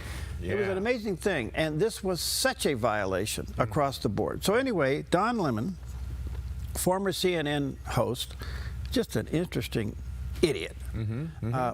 Excuse me. Yeah. Anyway, he goes. The judge refuses to sign the complaint against him. Right. I mean, this is trespassing. They broke the law, and you got a rogue, woke federal judge that won't sign the complaint. Right. But Don Lemon got what he wanted, didn't he? John Lemon has scored a big one because all he wants was national attention, and he got it. Amen. You are so right. That's all he wanted out of it. With no risk. With no risk. Yep. And so anyway, well, in the meantime, Vice President Vance was asked about this problem, and here's what he had to say. If you interrupt a church service, you ought to get arrested, you ought to go to prison. And I think we wanted to send a very clear signal at the Department of Justice that you cannot interrupt people's rightful worship without expecting there to be any consequences. In the same token, you can't assault a law enforcement officer without expecting to get arrested either. So the Department of Justice, I think, has been on the case here in Minneapolis, where we actually, this really started as an anti-fraud operation. I think a lot of folks in the Democratic Party decided they didn't want to talk about fraud from Somalians. They wanted to talk about the brutality of immigration enforcement, as they call it. And so what you've seen a lot is this sort of viral effort to try to inflate what's actually going on, to overstate the wrongs that have been committed and understate the very serious problems that we have with immigration enforcement in this country for a long time. And they're just trying to distract. They think that if they can turn ICE into this evil monster, it will distract from the fraud and it will distract from the Biden open border. And we're just not going to let it. We are not going to let that happen. Okay, that's the essence of it. Good, yes. That's the essence of it. So the Democrats so far are scoring on going after ICE by turning the attention away from the fraud in Minnesota. But that's far from happening. Now, let me tell you the irony, if not the hypocrisy. As you know, we are within about a week now of trying to come up with a budget. Will we go through a shutdown a week from today or whatever? Okay, I don't know. So part of the funding package that's now on the floor in the House was continuing to fund DHS funding, which includes ICE, the funding of ICE. Okay?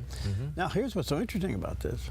7 Democrats crossed the aisle and voted with the Republicans to fund ICE. Good deal. Yeah. Now, that is a big deal because it shows the weakness there. Yeah. And it also tells me, if you want to look at this strictly from political strategic points, It's very, I don't know who these 7 people are, but I'm going to guess they're probably from a purple district. Yeah, probably a good guess. Okay, yeah. and they will be targeted. Yeah, yep. And so, but the House, the Democrats in the House could not, Jefferson and his crew, could not stop 7 of their own colleagues from crossing over and voting to fund ICE. What did that tell you? Isn't that interesting? Yes. Well, yesterday was a day of why you never want to go into public service and go before some kind of a committee. Gosh, yeah. Gosh, it's just, it's horrible. But anyway, Jack Smith, former federal prosecutor, the one that really went after President Trump in so many ways, was before the committee yesterday, and it was really something. Bottom line, if you step back and get away from the emotions of it just for a moment, the Republicans were trying to go after him for his irregularities in the whole investigation. Yeah. The Democrats are supporting him. Okay, that's the bottom line. But one thing that came out, I watched bits and pieces. I was kind of in and out of it yesterday. And I never heard from anybody say, where's your evidence? Where's your evidence? At one point, he was spying on the Speaker of the House and thought that he was an international flight risk. Yes, yeah. Now, let me ask you this. Is that spying? Yes, yeah. So that's spying, not investigating. Right, right. If you have a conspiracy, you got to have 2 people to make it a conspiracy. True. He only went after one, President Trump. Where is the other conspirator, so to speak, that augments what you're saying? So it was really interesting to watch. So one of the most heated moments was Representative Issa talking to and questioning Jack Smith, and here's a little bit of that exchange. As you went in to spy on these people, did you mention that you were spying on seeking records so you could find out about when conversations occurred between the U.S. Speaker of the House and the President? Did you inform the judge, or did you hold that back? My office didn't spy on anyone. Wait a second. The question I asked you, Mr. Smith, was pretty straightforward. Did you withhold that information from an Article III judge in the process of taking the records of the Speaker of the House? We complied with Department. Did you hold back Mr. Chairman, that would you please instruct the gentleman to allow the witness to answer the questions? It's not your time. I'd like my time back. Mr. Chairman, again, you have please. repeatedly done that in the past. The witness has the right to answer the question. And there'll be due time to answer the question. Would you please put my time back and let me finish this? Mr. Smith, I asked you a question, and you were not responsive to it, and I want you to be responsive to it. Did you, whether you think it was legal or not, whether you think it was right or not, did you withhold the name of Kevin McCarthy, Speaker of the House, when you were seeking records on Kevin McCarthy, the Speaker of the House, or Jim Jordan, the chairman of this committee? At the time of the gentleman is... No, please give me back the time that would take it away. Time has expired, but we're going to let the witness answer your question because it's an important question. The witness can respond. We did not provide that information to the judge when we requested a non-disclosure order, consistent with the law and consistent with Department Mr. Chairman, the amazing thing here today is that we have an admission that an Article Mr. Chairman, I... the gentleman's time has expired by now 34 seconds. It gets more than 5 minutes. How many times you interrupt me? The time belongs to the gentleman from California, it has expired. I will be brief in my address to the chairman. We have the evidence that an Article I representative on behalf of the President withheld from Article III. Mr. Chairman, I would be granted the same leniency. And with that, I yield back in disgust of this witness. Whoa. Well, look, as hard as it is to listen to that, because you just think it's a bunch of people yakking over each other. Yeah. They were clearly interrupting the point. And Jack Smith did admit. Yeah, he didn't want to, but he did. And he was hiding behind a statute that he claimed was legal when ISIS was saying, no, this statute was violated. Right. Now, I'm not an attorney. You and I play one. But sometimes. Sometimes. Yeah. You're actually better at it than I am. You know, not really. Oh, no. Yeah. You're the guy. No. I want you to defend me whenever I get into trouble, which will probably be when I get off the show. Okay? But anyway, isn't that interesting? So you can see how things go on there. But the problem I'm having with Jack Smith is this. He has not been asked for the evidence. Yeah. And it's either being redacted and it can't be brought out publicly, or he's hiding behind it. That is classified information. But it is clear that he was spying on 17 Republicans. No one that he went after was a Democrat. They were all Republicans. That's true, yeah. So I don't know what's going to happen to him. He says himself he thinks he's going to be indicted by the DOJ. No politics here, is there? No. Oh, no, there's no politics here. No, none whatsoever. So what you do when you get in a heated thing like that, now, Chairman Jordan ought to stand up and lower the gavel. All right, folks, time out. Yes. Okay, yeah. Time out. Right. Stop the clock. Okay, you guys, come on in. And then the doors swing open, everybody brings in pies. Everybody has a piece of pie, cup of coffee, and chill. That's what we're going to do. We'll be right back. Okay. Where could I land where I'm not resting in your hand? And how could I stray too far away where you won't leave the 99 to come and bring me back and put me on your shoulders?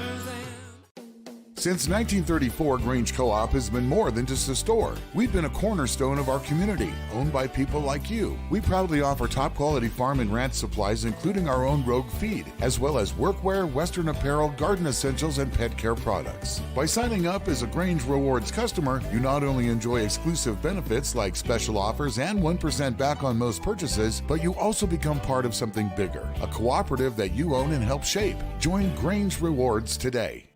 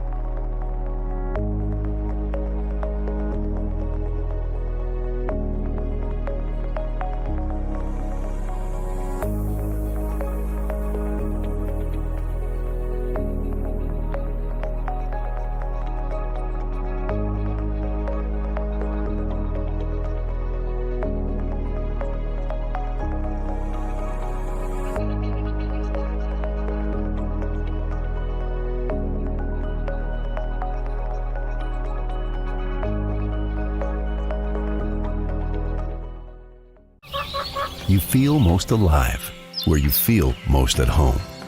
And this is living. Bobcat, the company that changed the way the world works, is coming home with a quality compact tractor built to match your quality of life.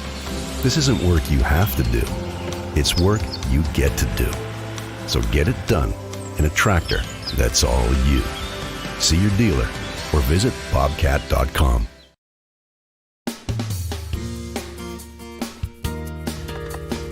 How y'all doing out there?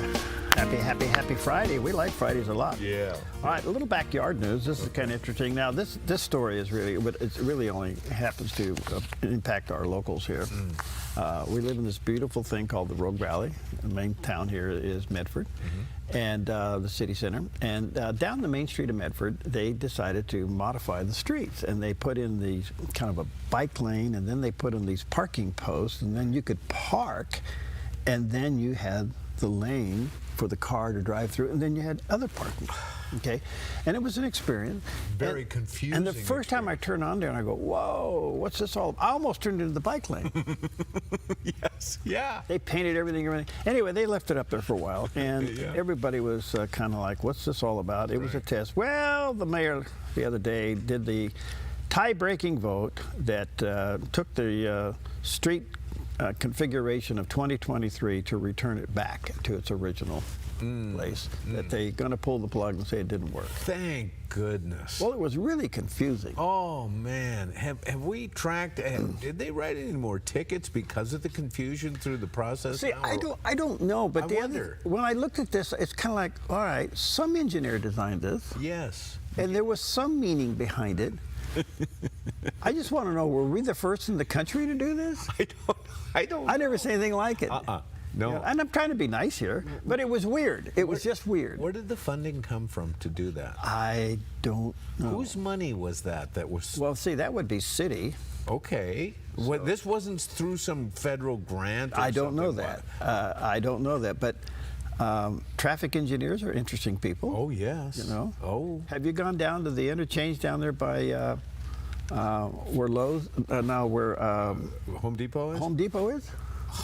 You got lanes doing this? It's a mess. I have gone driving through there, and I'm wondering, where do I go? I'm trying to get on the freeway. Yeah. How do I get there? The interesting thing about that, if you time the time spent traveling through there, right, it did lessen the time. Oh. Cars flow. Okay. But if you're going there for the first time, you could really get confused. It is. But anyway, bottom line, thank you, Mr. Mayor, for taking care of that. Okay. Yeah. All right, the other thing is we are, where most of the country, will show you the map here, is under severe winter storm watch. Yeah. We in the Pacific Northwest are in a prolonged dry, warm condition, and most of the ski resorts throughout the Pacific Northwest are indefinitely shut down.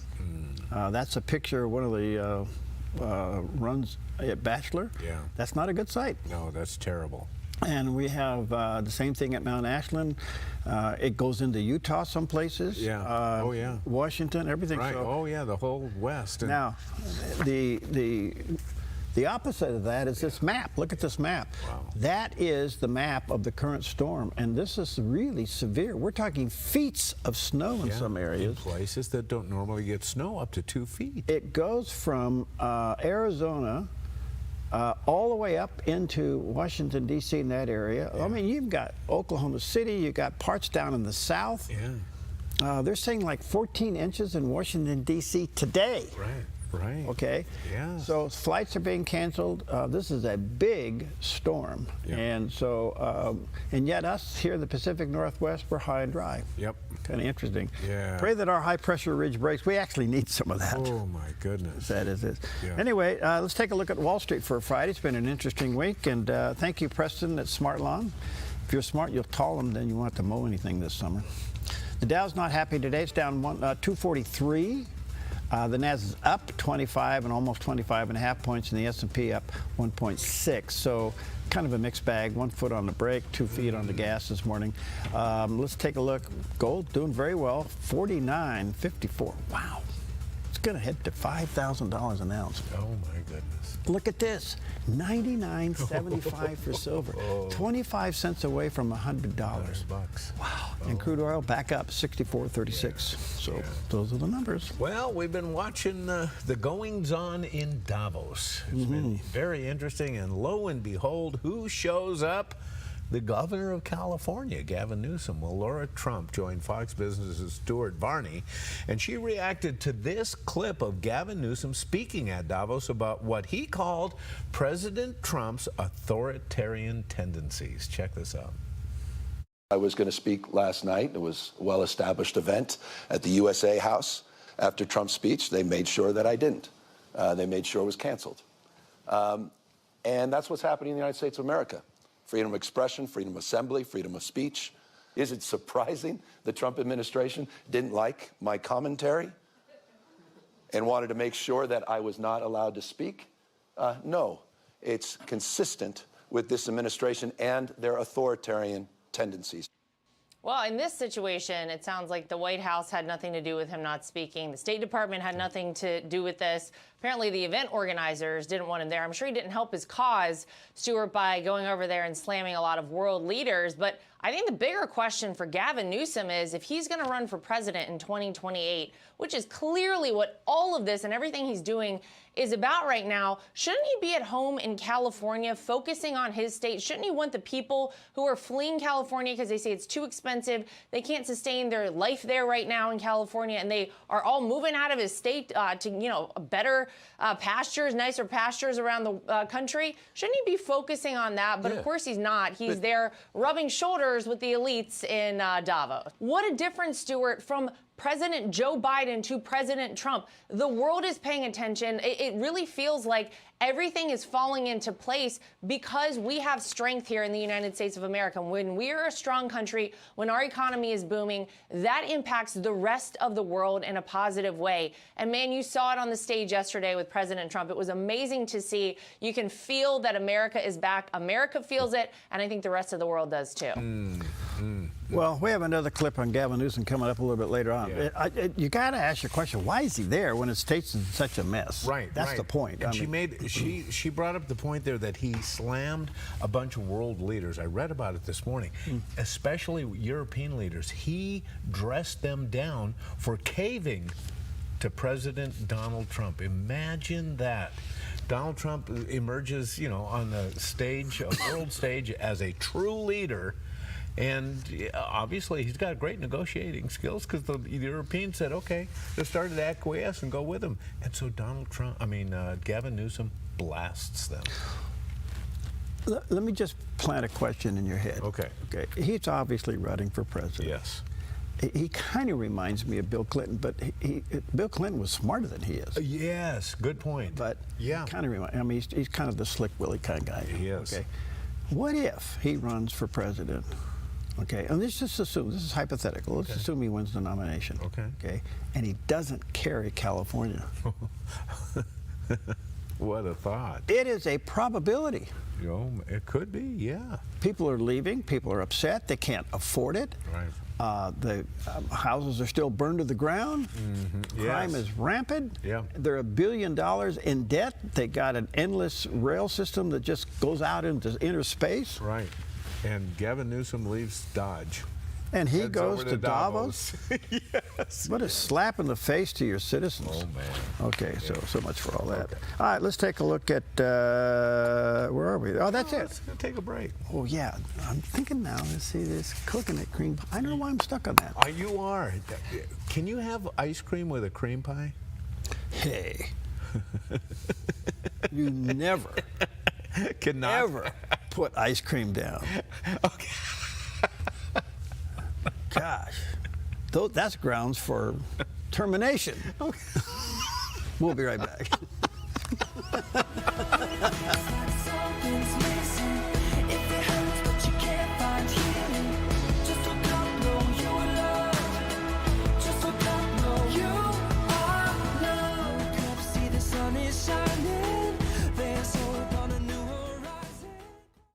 The Dove TV and Radio would like to thank you for your generous year-end support. We were a little bit short of our goal, but still able to renew all our tower contracts for another year. So all along the Dove network, you can continue to see and hear encouragement and information the Dove brings. It's your continued prayers and support that make the Dove work. Thank you again from the Dove TV and Radio, encouraging and informative. Don't let pain hold you back. I'm Dr. Joel Brind, and I developed Sweetamine to stop inflammation the all-natural way. Just use it like a sweetener once a day. It's that simple. My unique formula harnesses the power of glycine and works around the clock to boost your overall health, stopping chronic inflammation that causes pain. Try my 12-day challenge risk-free for just $19.95 with free shipping at sweetamine.com or call 1-855-GET-SWEET today. Relief has never been so sweet. A ministry moment on the Dove. When I was a teenager, I remember I was taken to Johns Hopkins Hospital for surgery. I was frightened at the idea of being paralyzed for the rest of my life. I was only a kid. Well, they pushed my gurney into the old hospital lobby and parked me at the foot of this big statue. I looked up breathless. It was a massive marble figure of Christ with outstretched arms. At its base were the words of Jesus from Matthew 11. Come to me, all you who are weary and burdened, and I will give you rest. That day I was placed directly at the feet of Jesus, and I will never forget the warm embrace of his outstretched arms. I would replay that moment so many times, it became part of my healing.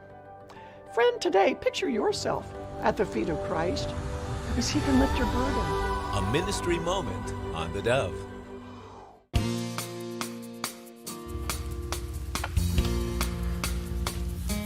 Okay, welcome back, and happy, what is it? Friday. That's right. Yeah. Took us 4 days to get here. Yeah.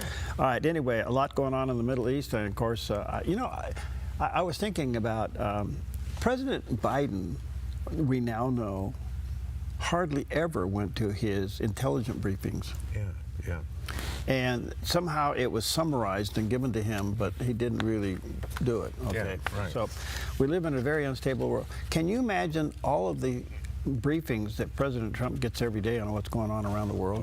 And you got this problem, this hotspot, you got this, you got that, and he's got all. I mean, it's no wonder these guys go in and come out 100 years aged. Yeah, you know. Good point. Yeah. Anyway, now back to the Middle East, and it is massive presence of the U.S. military gathering over there. What does that mean? Yeah.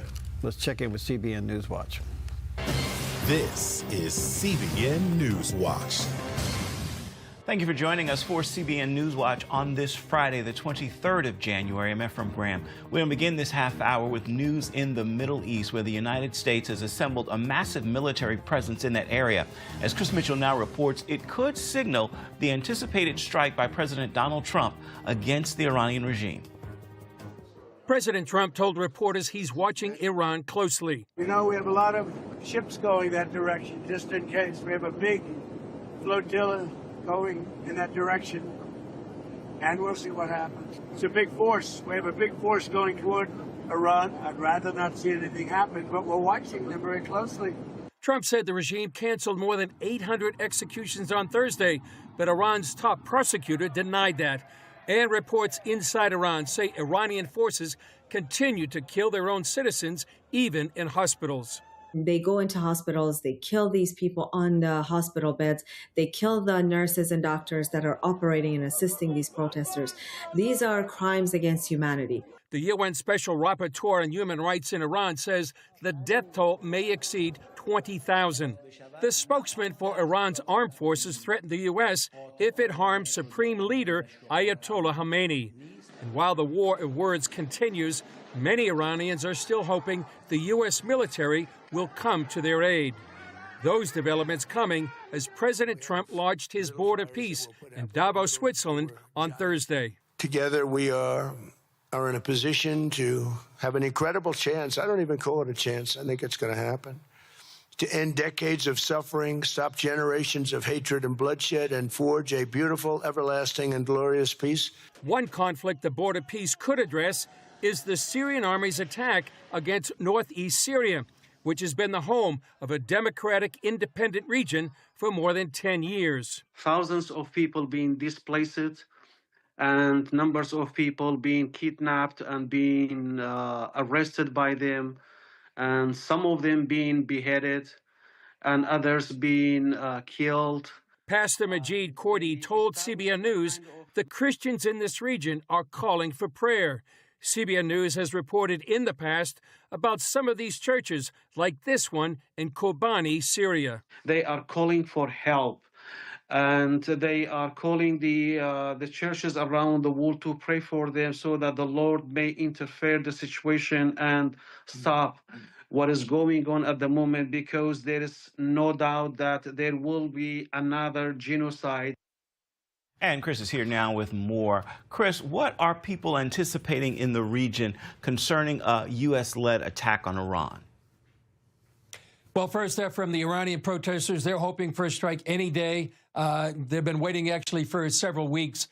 Something that would hit the apparatus that's trying to crush the protests, anything that would push the regime to fall. Here in Israel, people are anticipating a possible retaliation from Iran if the U.S. attacks. Ballistic missiles, drones, UAVs. Now, Israel has successfully intercepted most projectiles in two major Iranian attacks in the last year and a half.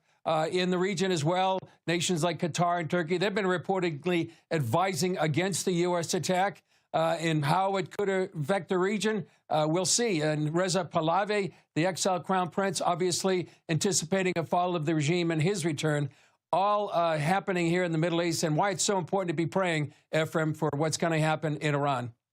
Could Israel help in this strike, or could it do anything to assist in undermining Iran? It could participate in a U.S. strike. They have before. They did in the war last year, June 2025. And there could be a variety of ways that Israel could help. Operatives inside Syria, the Mossad, we know they were there in June, and we expect that they would be there as well. Cyber attacks. So there could be a joint U.S.-Israel attack against the regime to help make it fall. But certainly Israel has a huge vested interest in seeing the fall of this regime. Many people have been anticipating this and hoping and praying for this as well.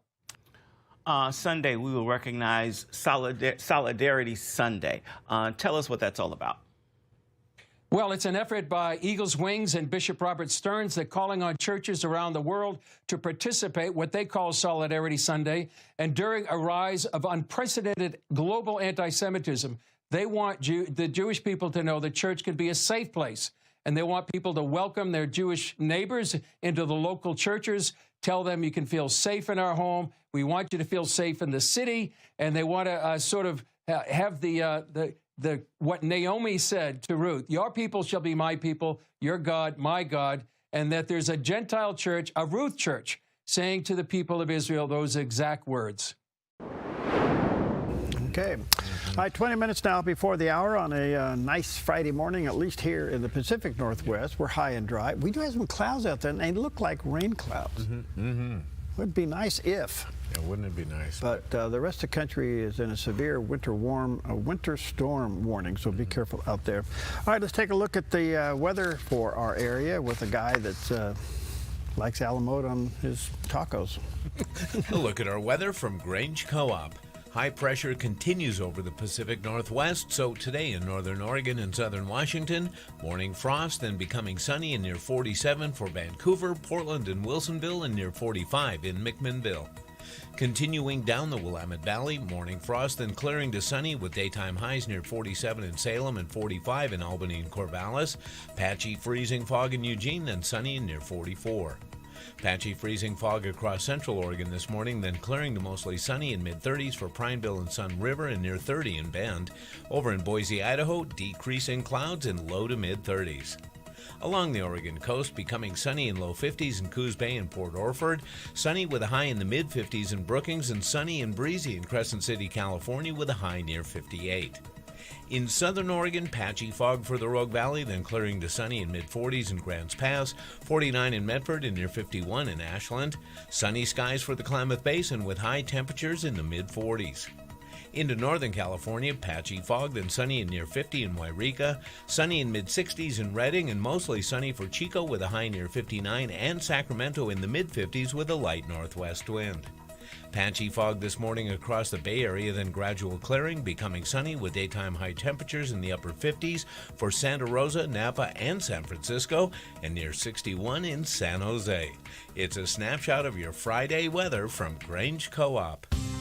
All right, there we go. I was just commenting. We got some clouds over the top of us. They look like they could be rain clouds, but I think they're not going to last long. It has kept us the fog away. So anyway, clear and cold and stagnant air. Be careful out there. Hey, do you like cop shows? Well, not like you. Yeah, well, no, I love them. I got to admit it. And we've had a lot of different cop shows through the years, but it was a police show that was very different from any other, and it debuted on this day in history.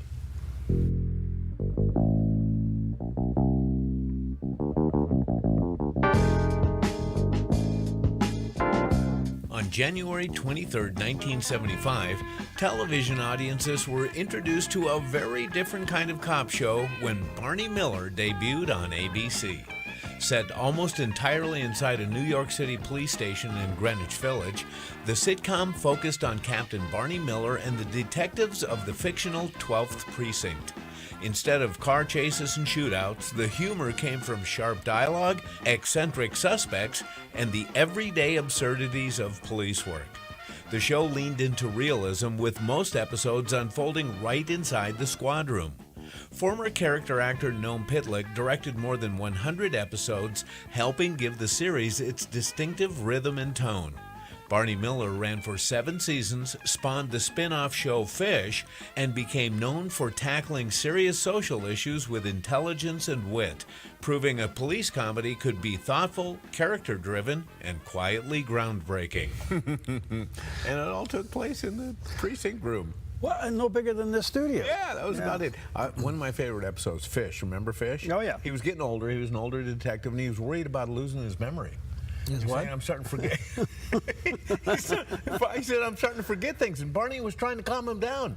And he says, yeah. And he was going through some of the things he was forgetting. And Barney says, what's the serial number of your gun?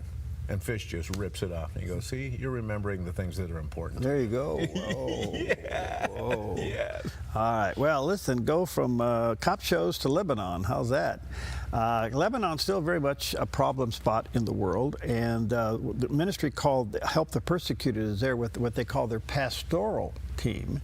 And they're there helping families in need in Lebanon. And here's an update. As countless families who fled life-threatening persecution and now live in Lebanon are struggling because of economic hardship and conflict, one ministry team is having a remarkable impact in bringing hope and healing to them. Each month, the pastoral care team with Christian Ministry Help the Persecuted visits between 100 to 150 homes to provide practical and spiritual support and encouragement to Christians that have stood for their faith in Christ and have been persecuted, as well as to other vulnerable believers.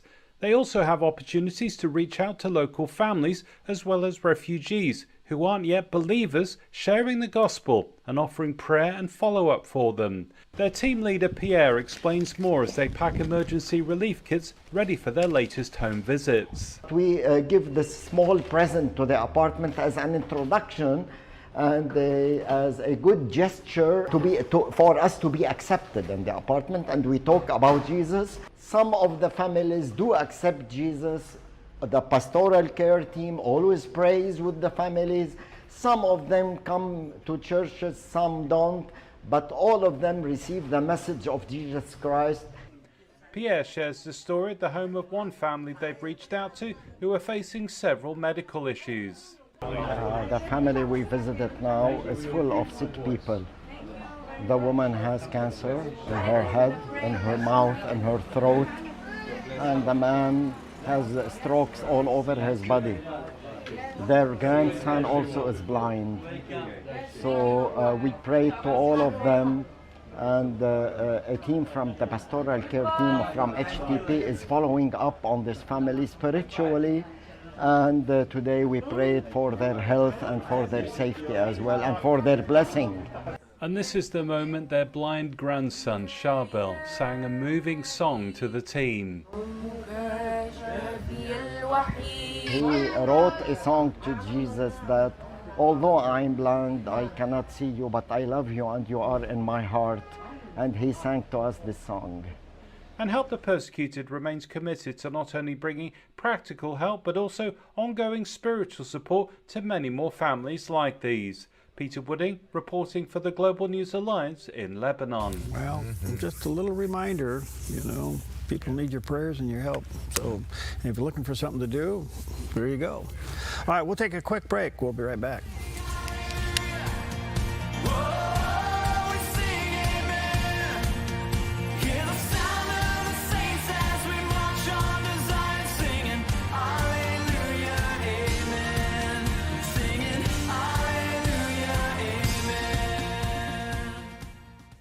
The Dove TV and Radio would like to thank you for your generous year-end support.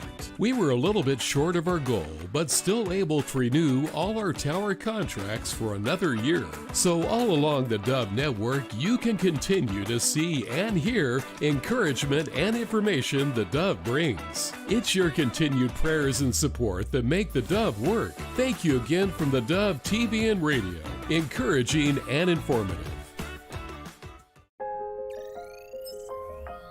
The Lennox iComfort S30 thermostat can sense changes in your environment.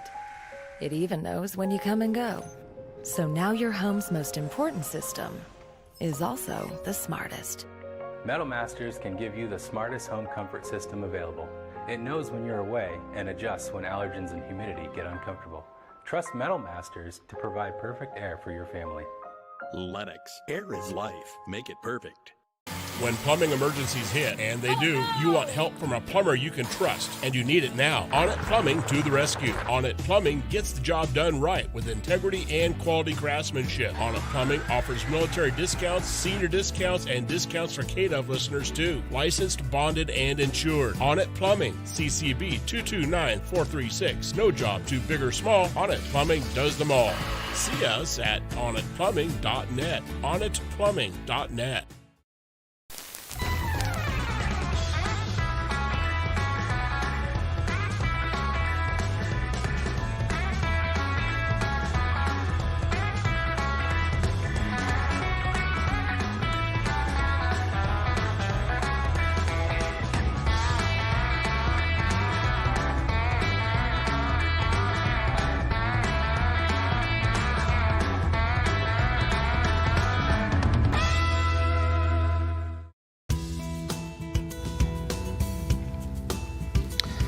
Okay, welcome back. Had Casey Fleming on the other day. He wrote a book called The Red Tsunami, and look, it just skyrocketed to the top of Amazon. It's up there now if you go there by Casey Fleming. He's quite a guy.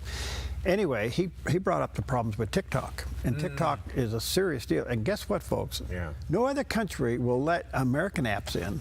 Yeah. But America has let TikTok in, which is run by the CCP. Right. And who are they going after? Your kids. Exactly. And here's what he had to say. Votes. Trump did not, in my opinion, Trump did not want to alienate the Gen Z market and the younger market. So he didn't want to alienate them. So the next best thing is let's go ahead and try to sell it. Well, my previous life was a software executive. I've done Silicon Valley turnarounds and so on. So I kind of know something about software. You cannot sell software and redirect all the millions of lines of software coding. So by just creating a new owner, that doesn't do it. The other thing is, my understanding currently is that ByteDance, a CCP-owned, directed, controlled company, still owns 20% of the company and owns the algorithm. So nothing's changed. So I would never have allowed TikTok inside the U.S. And by the way, China doesn't allow any of our apps in China. Why do we allow Chinese apps here? China has it's called the Great Chinese Firewall. So why do we allow that here? We can't buy land in China. Why can they buy land here? So it's all those things that's going on, and it's they've preyed upon our open society and used all these things. TikTok is nothing more than a Trojan horse, and it's recording everything. Our children's facial recognition, retinal scans, where they are in their homes, where they are in school, their geo coordinates and so on. They're all in these videos, and plus about 500 data points that all other social media companies and app companies track with you and your smartphone. Biden facilitated the Chinese Communist Party in anything that they needed to do or have, the Biden administration. And they sold us out. Previous administrations as well sold us out as well. And, so when these other administrations come in, they basically open the gates to the strategy of destruction of the United States. And all this stuff, by the way, is connected. Minneapolis, LA, Venezuela, Iran, Greenland, WEF, they're all connected to this unrestricted war strategy. And I connect those dots for everybody with counterintelligence, not opinion, not conspiracy theory, but intelligence. And intelligence is factual. It's really kind of not debatable. And then we explode those dots, as I mentioned before. So it's very serious, and that's why we're at the 2-minute warning that we're out of time, which produced and convinced me to have to write the book. Well, it's called Red Tsunami. And the 2-minute warning's over. They just came to an agreement.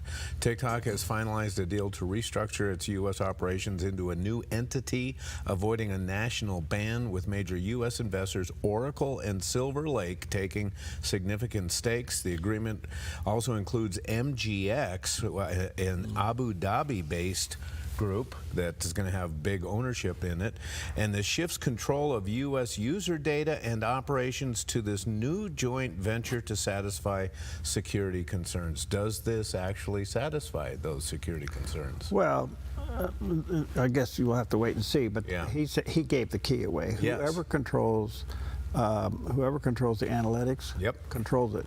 And if the CCP controls the analytics, the only thing you have is investors in a company that China controls. That's the only thing you got.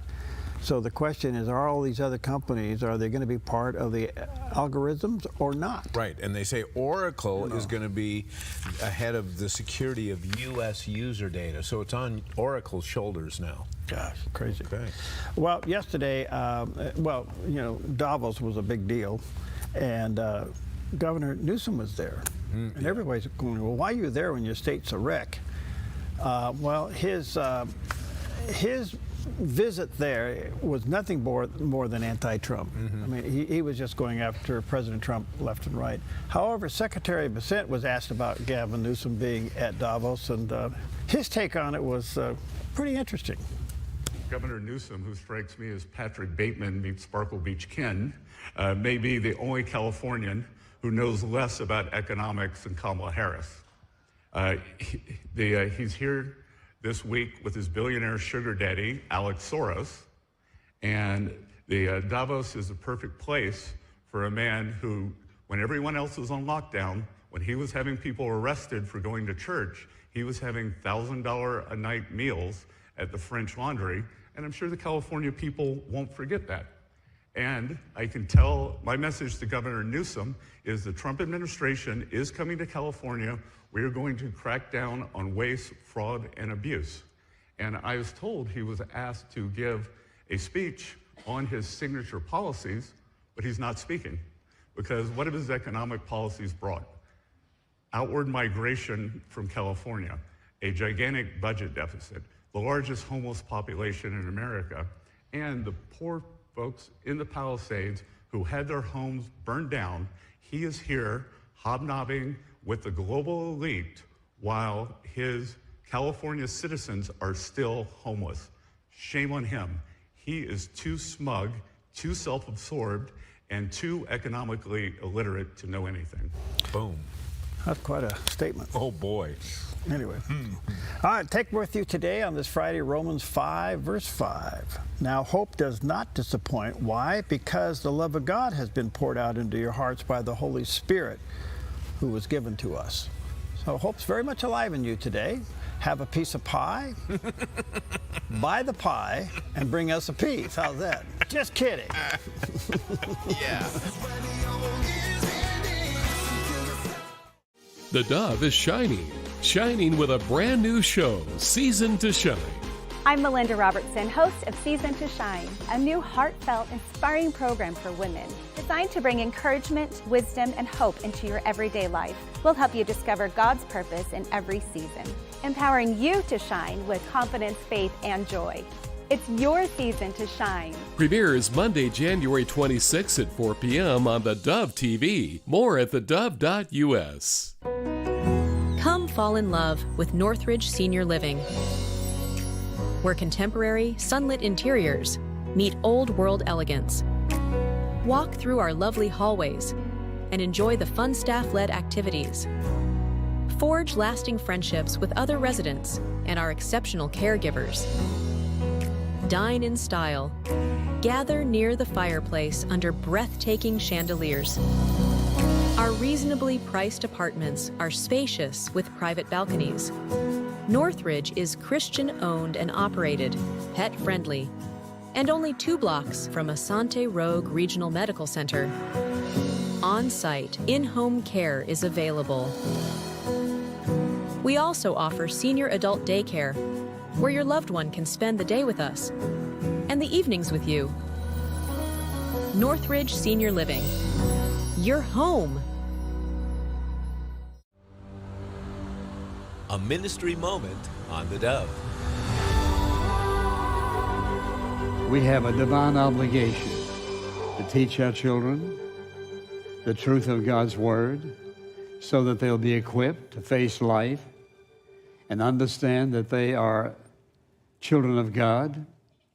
He has a will for their life, a plan for their life, and it's the parents' responsibility to introduce them to the Lord. And every following generation has the same responsibility. We have a responsibility to teach our sons and daughters. Our sons and daughters have the responsibility to teach their sons and daughters. And they have the responsibility to teach their sons and daughters. And no place in the Bible does it say we can have a generation gap when it comes to teaching the Word of God. A ministry moment on the Dove. They're fun-loving twins. They love God, hunting, and pranking each other. Join the Hamptons for outdoor adventure every weekend on Twin Factor. Brought to you by Black Flag Armory in Medford and Grants Pass. Truly excellent service. You're watching the Dove TV, encouraging and informative for San Rafael and the North Bay. Seen on KQSL 17 and these Dove TV affiliates.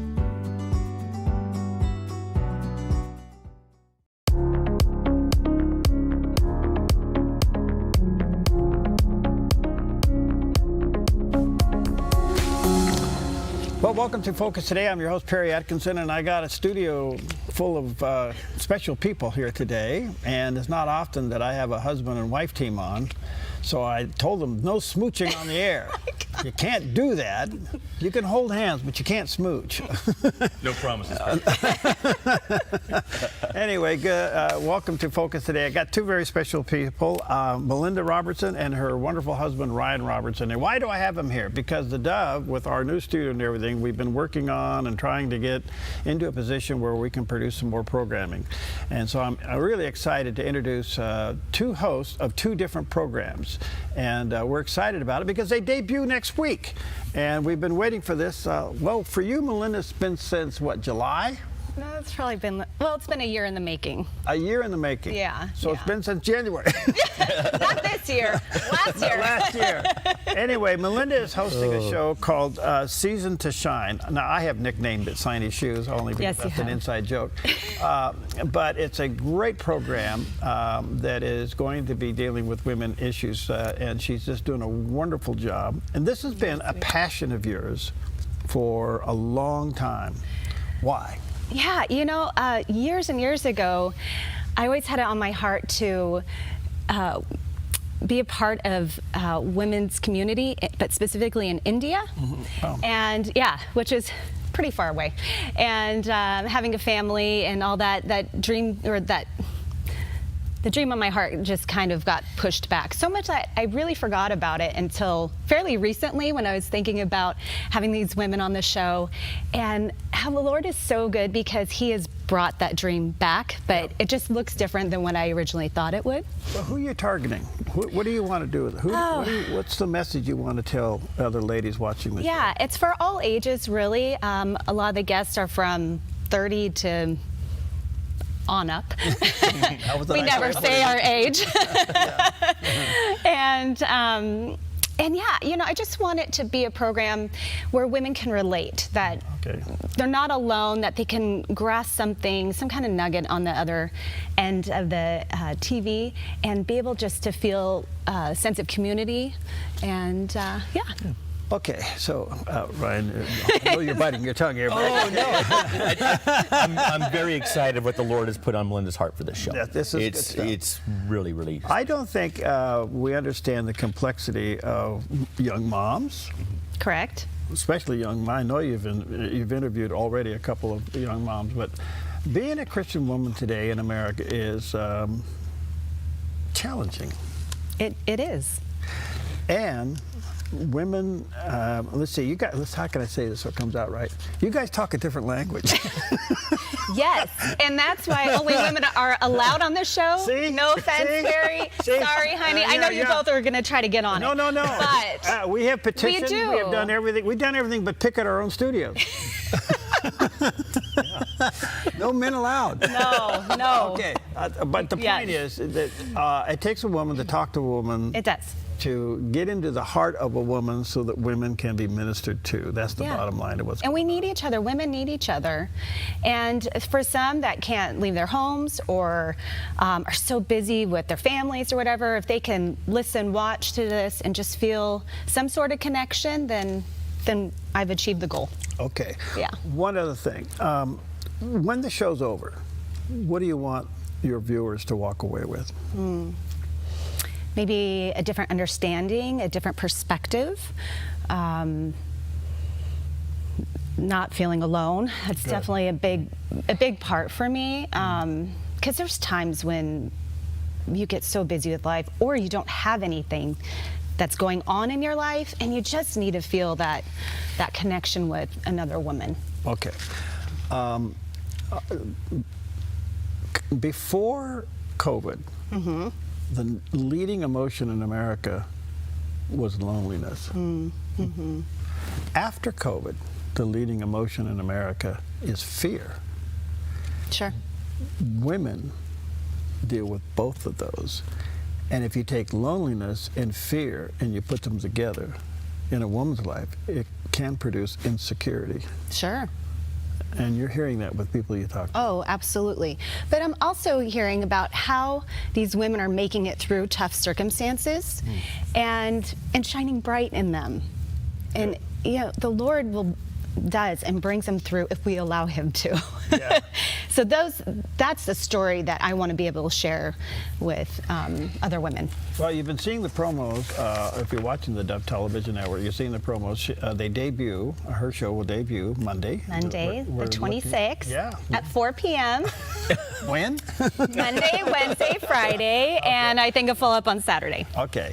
And she's already recorded some shows, and I have to tell you, some of them are tearjerkers, and that's what it's all about. But what's really interesting to me, Melinda, you have a talent of letting women feel comfortable in being transparent.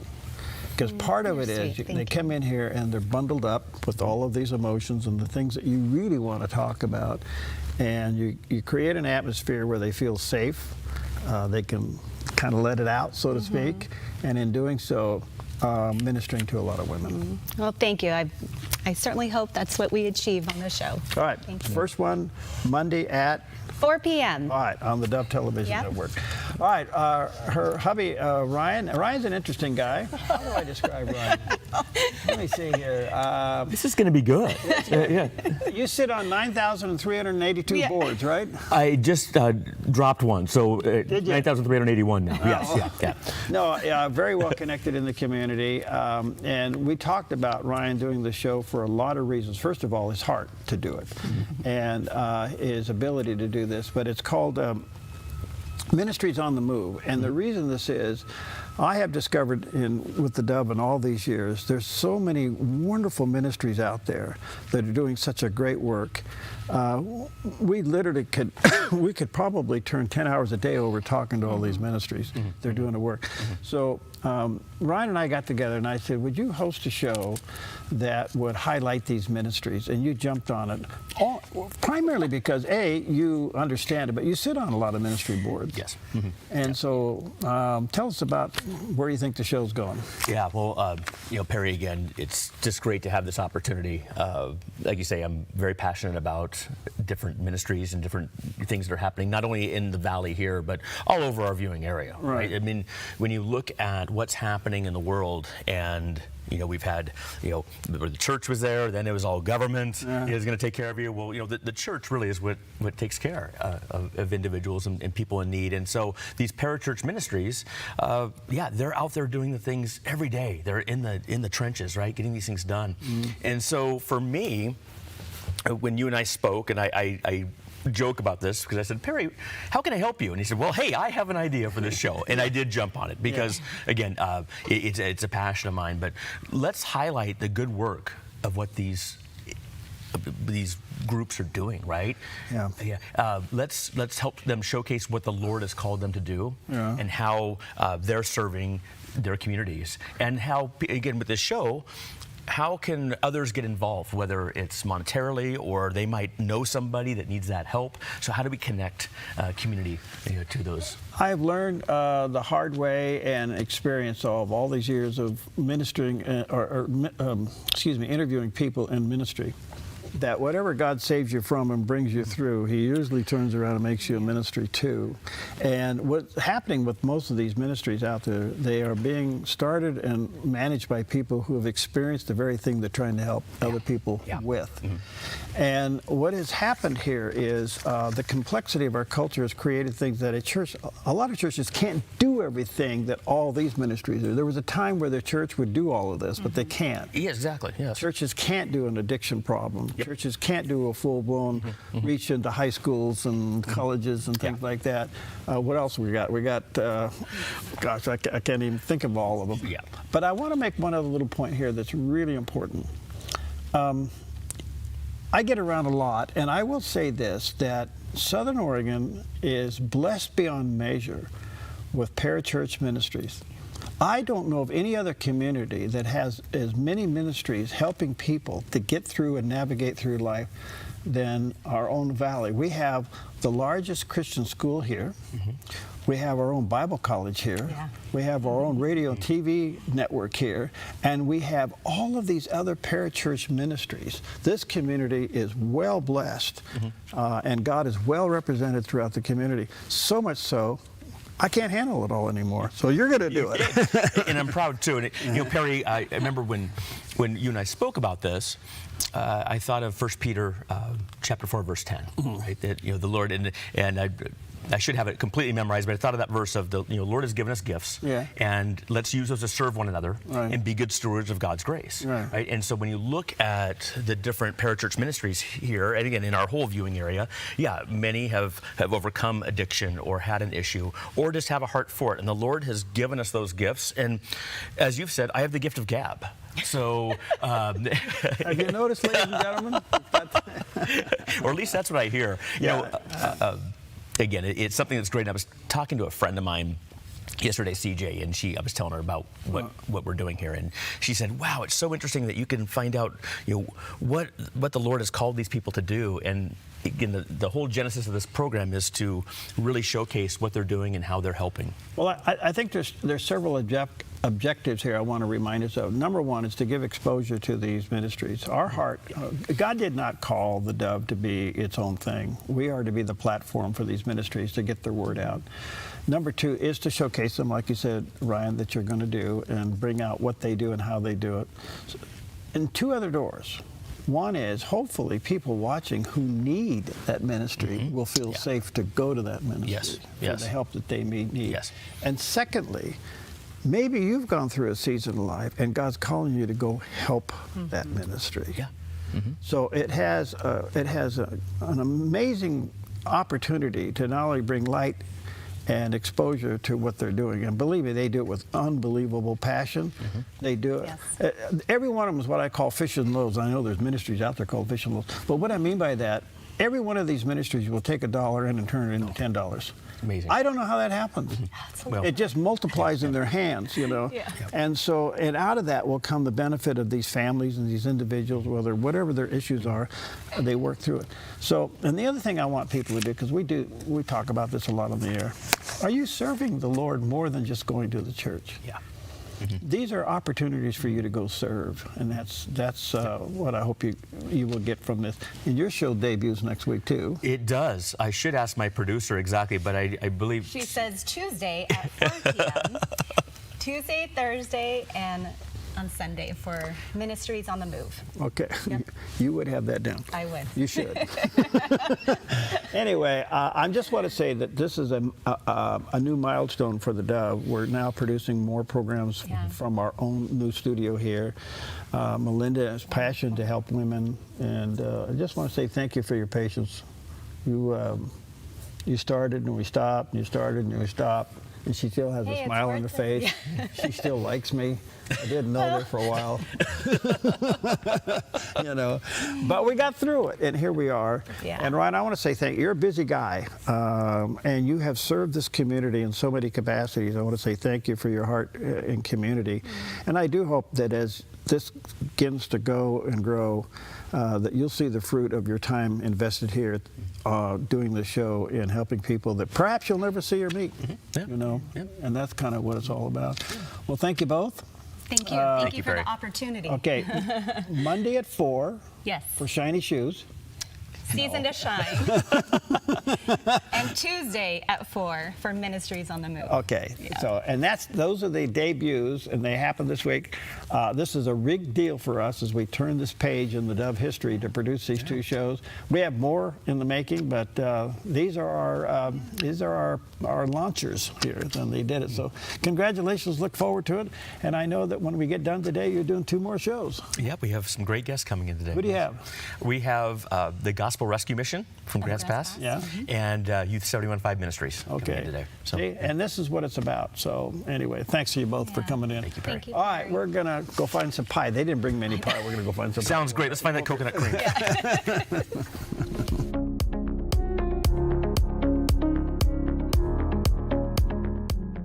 Season to Shine, a new inspiring program for women. Through meaningful and relatable conversations, we'll help you discover God's purpose in every season, empowering you to shine.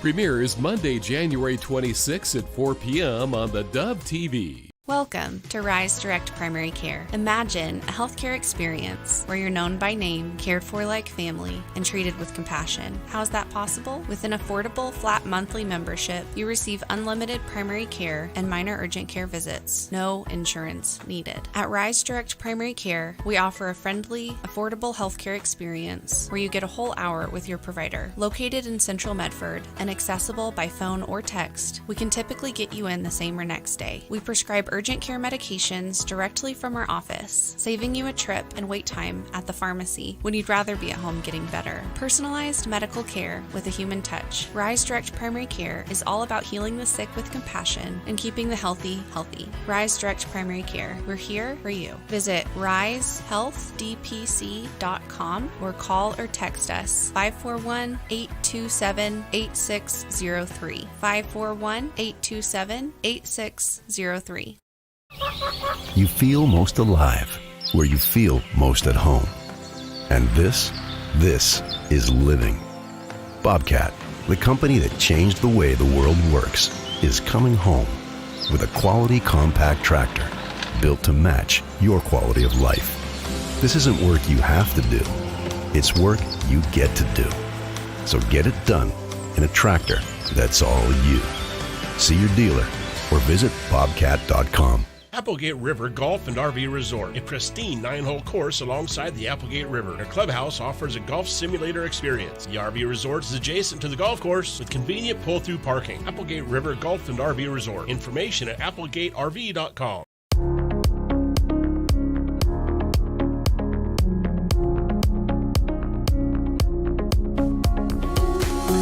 All right, welcome back. And of course, as you know, Oregon's been pretty challenged lately with this so-called emergency ODOT bill, the Oregon Department of Transportation bill that showed up last year during the session, and they couldn't get passage through then, $350 million shortfall. And through a series of events, it turned out to be an emergency session back in this past Labor Day in September that went on for weeks. And they solved the problem with a $4.3 billion 10-year tax bill in Oregon. Well, it went over like a lead balloon. And so it has produced a lot of controversy and anxiety. But one of the gentlemen that has been just a real hawk on this whole thing and kind of keeping it all together and making sense is our good friend, Senator Bruce Starr. Senator Starr is also the Oregon Republican leader in the Senate. And he was one of the champions behind the effort to stop this bill from going forward. So we're honored to have him with us today. Senator Starr, buddy, good to see you. How are you, man? I am doing great. How are you? Thanks. Thanks for your time. I know you're busy and you give it to us. So for those who don't understand, House Bill 3991, can you give us a quick synopsis of that thing? Yeah, so that was the bill that the governor put together over the summer and forced through a special session with only Democrat votes. The bill included gas tax increase of 6 cents, included doubling the payroll tax for transit, huge increases in registration and title fees. It did also do a number of other things, accountability measures at ODOT, reformed how we tax trucks, reformed how we tax diesel in the state. It also included a road user charge for electric and high mileage vehicles. That's what was in this bill. It passed only with Democrat votes. And because of that, and because of the uproar and with the voters and the taxpayers, Representative Ed Deal, Jason Williams, and myself, we, as chief petitioners, took the issue directly to the people through the referendum process. And as you know, we collected over 250,000 signatures, Oregonians from one side of the state to the other, out in the rain, out in the cold, during the holidays. In 38 days, collected 250,000 signatures so that we put a halt to those tax increases. All right, so you gathered enough signatures and got it through so that it would be on the ballot, and then the governor comes along. Got to remember, ladies and gentlemen, all this was done under the code of an emergency. We had to get this done right away, and then it got delayed, and then she even delayed signing it after it was passed so that the signature collection could be reduced down to those 38 days. And then she woke up and realized she was going to get defeated on this and put it on the agenda for the special session coming up in a week or so to pull it. But there's this old law somebody uncovered. This is pretty interesting. Tell us about that, Senator Starr. Yeah, so it's really interesting as you watch these Democrats fail to govern. They just aren't very good at this. So the governor decided, that the people have spoken. I'm going to hear the people, and so we're going to repeal this law, and then start from scratch. Well, unfortunately, there's a Attorney General opinion from 90 years ago that basically says if the voters refer to the ballot a bill passed by the legislature and it qualifies, the legislature cannot repeal that. So their plan to repeal and start over and kind of try to eliminate the massive tax that they voted for, well, that didn't happen. All right, a couple of questions here. So is that solid? Can that be challenged? So theoretically, it could be challenged, but we now also have legislative council opinions. So the lawyers that advise legislators, they've also weighed in and said that they don't believe that the legislature can repeal a measure that's been referred to the ballot by the voters as well. So we have both an attorney general opinion and we've got a legislative council opinion that says the legislature can't do that. So, and I've had conversations with my colleagues across the aisle, and they have at this point acquiesced and decided, well, okay, we can't repeal it, so I guess we're going to have an election. Okay, a couple things here before I go to the next thing. A citizens' referendum has now been underscored as being very powerful, right? There's no question. So, and Perry, for the entire year last year, I was involved in conversations about this transportation issue. Historically, transportation is something that we do together, Republicans and Democrats. We work collaboratively. We recognize you got to have infrastructure. You got to have a highway and road system that supports our economy. It's not generally that controversial. Well, unfortunately, the majority decided that they weren't going to negotiate or collaborate or compromise. So they tried to do this all on their own. And so as a minority member, as a Republican, we're in the super minority, right? So they have the votes. They can do pretty much whatever they want if they can keep all their people together. But I told them from the beginning, if you all decide to do this with just Democrats, we will go to the people. We have the referendum process. It's in the Constitution. It's been used before. And I told them. And so they went ahead and did this anyway. What we proved is that Republicans have the back of the taxpayer. Republicans support Oregonians. Republicans recognize that people are stressed in their finances. We recognize that an additional taxes on hardworking Oregonians are not the solution. We believed, and we continue to believe, and we're going to be proved correct that we can balance ODOT's budget with existing resources. We don't need to raise taxes. All right.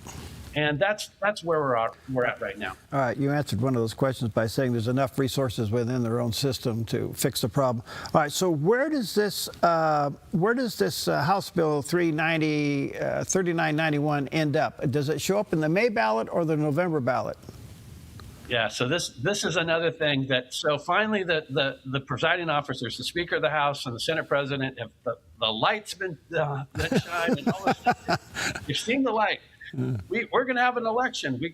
So instead of having it in November, which is what the law currently says, they said, well, we're going to have the election, but we're going to have it in May primary instead of in November. So what does that mean? Well, it means that that they're going to disenfranchise the vast majority of Oregon voters, because the May primary, the turnout, as we know, in a non-presidential year, turnout's about a third of the electorate turnout in May, whereas in November you have between 2/3 and 70% turnout in November. It's especially disenfranchising for non-affiliated voters, because the data shows for NAVs, they turn out about 15% in May and 45%. So 3 times more NAVs vote in November than May. But this is not about anything other than politics, Perry. Surprise, surprise. It's an election year. We got politics in the air. The Democrats do not want to have this unpopular tax on the same ballot that they're all on in November. They don't want to have to defend this vote while they're campaigning.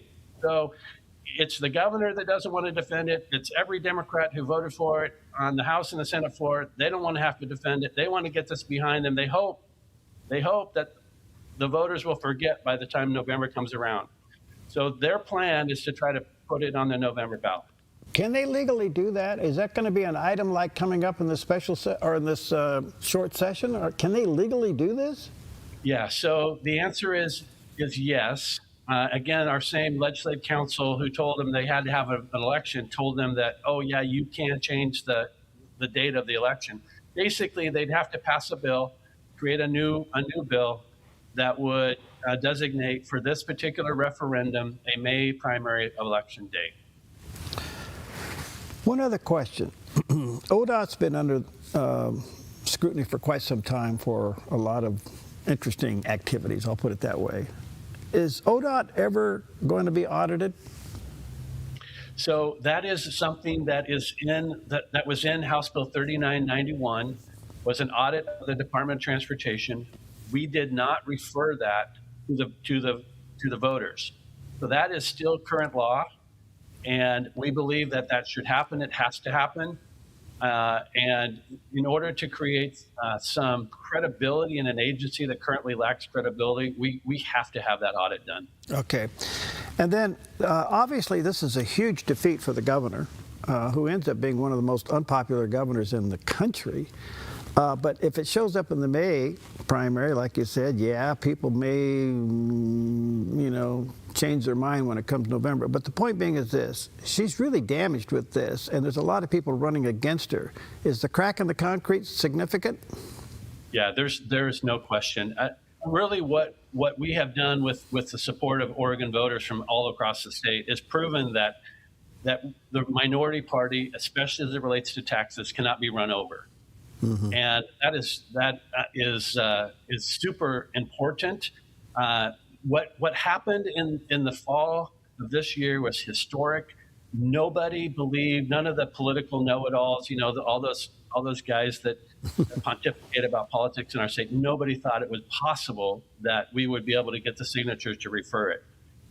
And I believed it was possible. I had no idea it would happen like it did. So yes, the political establishment, the Democrats in Salem, the governor, they have been taken to the woodshed in a big way. Mm-hmm. And our job as the minority and as candidates running against Tina Kotek is to remind Oregon voters every chance we get of the failures of the supermajority and this governor. Well, listen, let's stay really connected more often between now and May. When do you guys go into session?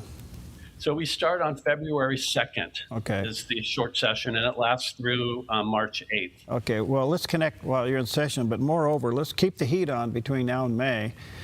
We cover a big area with the Dove, and if you can do 250,000 signatures in 38 days, we can certainly change the percentages in a May primary. Well, I think exactly. And we had thousands of Oregonians weigh in during the legislative process in opposition to these bills. So we'll need Oregonians to have their voice heard. They need to call their legislator. They need to email their state senator and state representative. Let them know that having this election in May is not good enough. We need to have all Oregonians have an opportunity to vote, and that's a November election. Well, I think just the significance of them moving it to May is a real issue, a campaign issue. The whole debacle of this thing from the end of last session all the way through the end of September is an issue. It's a clown show. Oh, it is. And then to call it an emergency while she's on vacation, the delays. I mean, all this has to be hung on the beak of the Democrats. Well, one additional point is we are going to balance ODOT's budget in this short session, and we're going to do it with existing resources, just like we told Oregonians we could. And that's going to happen. And that's important to know. Yeah, we're not going to fire thousands or hundreds of ODOT employees. We don't have to. I'm glad you mentioned that, because that just nullifies all this junk we just went through. Yeah. Completely. Bruce, you're an inspiration. Thank you, brother. God bless you. We're praying for you, and let's stay connected over the next couple of months. All right. Thanks, Perry. Good to talk to you. Yeah, you too, Bruce. Thank you.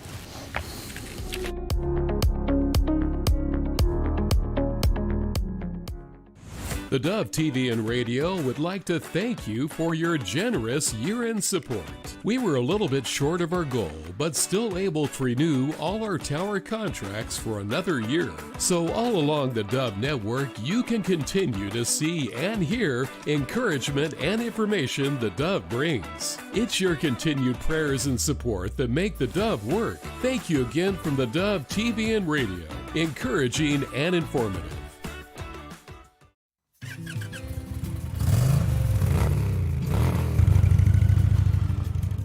Panoramic Moto Tours was born really out of my passion just to ride Gray's back roads and the scenic highways in our beautiful Northwest.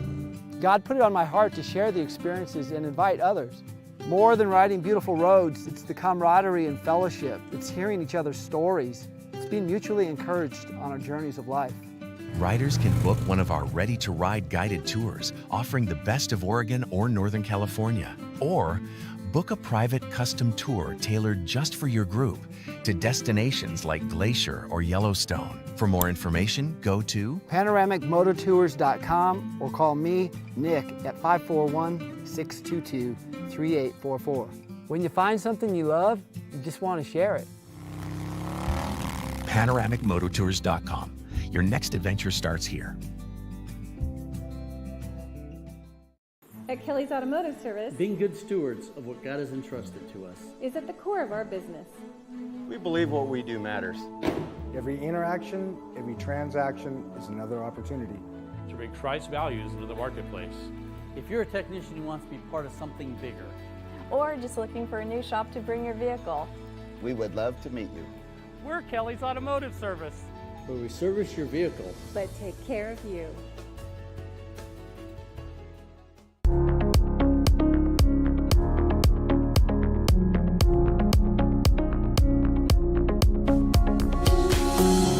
Well, welcome back, and I always consider it an honor when we have time to sit down with our good friend Percy McCray. Reverend McCray is a cancer survivor himself. He's an ordained minister. He's founder of the Percy McCray Ministries. He's also the former National Director of Specialized Outreach with the City of Hope and the host of Health, Hope, and Inspiration. It's a podcast. He does have a website, percymccrayministries.org, and there's the picture of his landing page there. Brother Percy, good to see you, friend. How are you, man? Hey, buddy. How you doing? Happy New Year. Doing good. It's really interesting that I'd have you on today. And the reason being is I'm still, in my heart, saddened. I lost a very good friend just hours ago to cancer. And oh, I'm so sorry. Yeah, it's just a subtle reminder of this problem and the degree of this. I don't know why we're not calling cancer epidemic, but it just is so pervasive in our culture. And you worked with it for years. I guess it's a rhetorical question, but is it getting any better? Well, it depends on how you want to confront the conversation. With regard to, first of all, again, sincere condolences to you and the family of your friend that passed away. The numbers of proliferation are increasing. In fact, last year, we went from 1.9 to 2 million people being estimated to being diagnosed with cancer on an annual basis in America. And so those numbers are going up. The good news is that we have more people who are surviving a battle of cancer. So that's kind of the yin and the yang of it all. Mm-hmm. But to your opening comment, this is still the number 2 killer in America, and it is still very much part of our environment and landscape. And so we can't avoid this conversation no matter how we try and no matter how uncomfortable it may be for individuals. So that's the good and the bad with respect to this. All right, the other good news is there's a Reverend Percy McCray that exists who specializes in this conversation, and I'm not afraid of this dialogue from a faith perspective. Well, that's exactly where I was going. I wanted to squeeze your heart just for a moment. I've done quite a few shows lately and interviews of people that talking about, in some cases, church attendance is going up. Some cases, church attendance is going down. You know that. You deal with that. But what's interesting to me, in a time of crisis, especially when it comes to cancer, people don't have the spiritual connection they need to literally make it through. If they're not going to church, they don't have the support base. Is the church prepared to help them with this stuff? But moreover, people are going to internet for spiritual advice, AI, to apps. We're missing a big one here because this is a big issue and it takes a lot of patience. And I know you're there and you're probably hearing it on a higher level than you did when you were inside.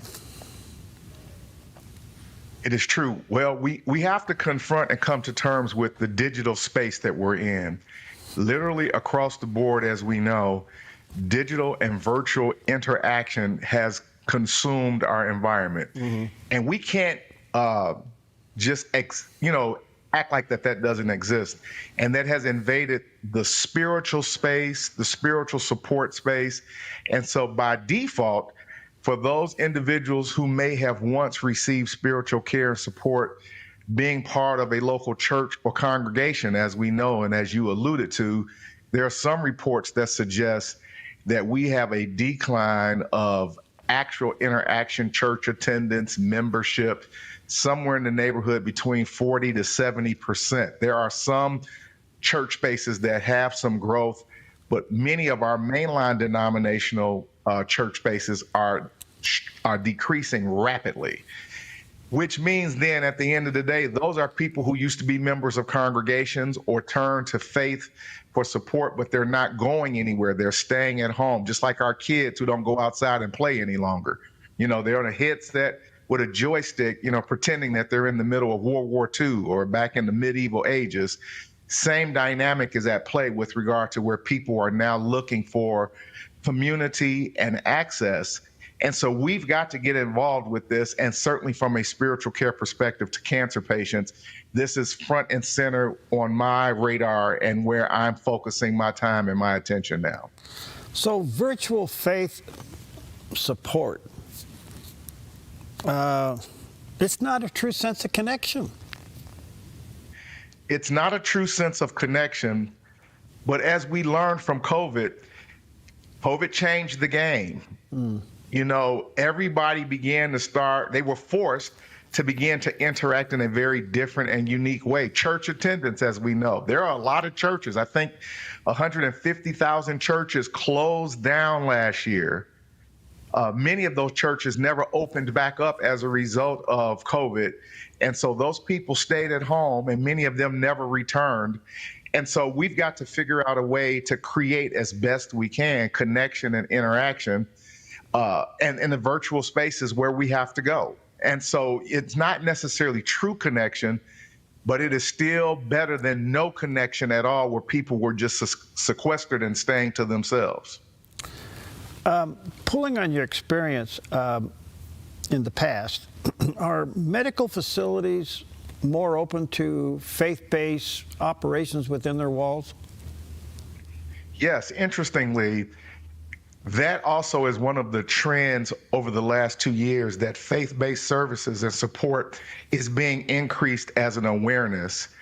Now, the give and take with that is, of course, the political correctness of the climate is that then the terminology is shifting from religious support to spiritual support that then begins to be very watered down because, again, people are saying that I'm not necessarily religious, and therefore by default what they are saying is I'm not necessarily part of a Christian orientation, but I do believe in esoteric kind of spirituality, mindfulness, yoga, Reiki therapy, those sorts of things. And so there's a challenge there also, because now that conversation has gotten broadened and then now it's being watered down, but there is still very much an emphasis and an increase with regard to making sure that people's quote unquote spiritual needs are being addressed as a cancer patient.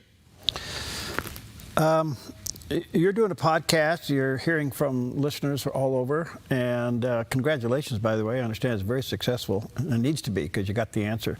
But it is the point of contact. It is the open door. I mean, eventually you want them to be touched by a human being, don't you?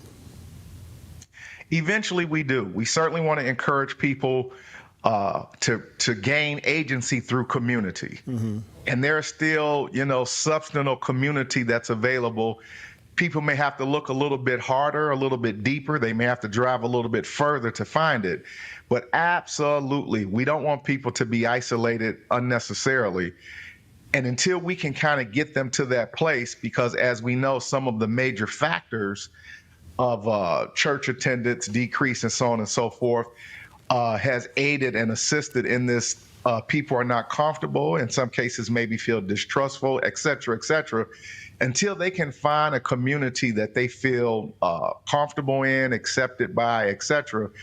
Then we have to bridge that gap. We have to create a bridge, and that's what Percy McCray Ministries has been designed to do with our channel, what we do on Thursday night with prayer for cancer patients and their family members, all of the interviews that we do with doctors, nutritionists, people who have gone through this experience, so people can at least tap into some information until they can find some community and some human contact. You were national director there at the City of Hope, and that organization is known for dealing with the whole person, right? Correct, and a lot of research, so that's kind of their primary areas. But dealing with the whole person is what you brought in, the spiritual dimension of the whole person. It was more than just medicine and treatment. There's a soul there, there's a person there.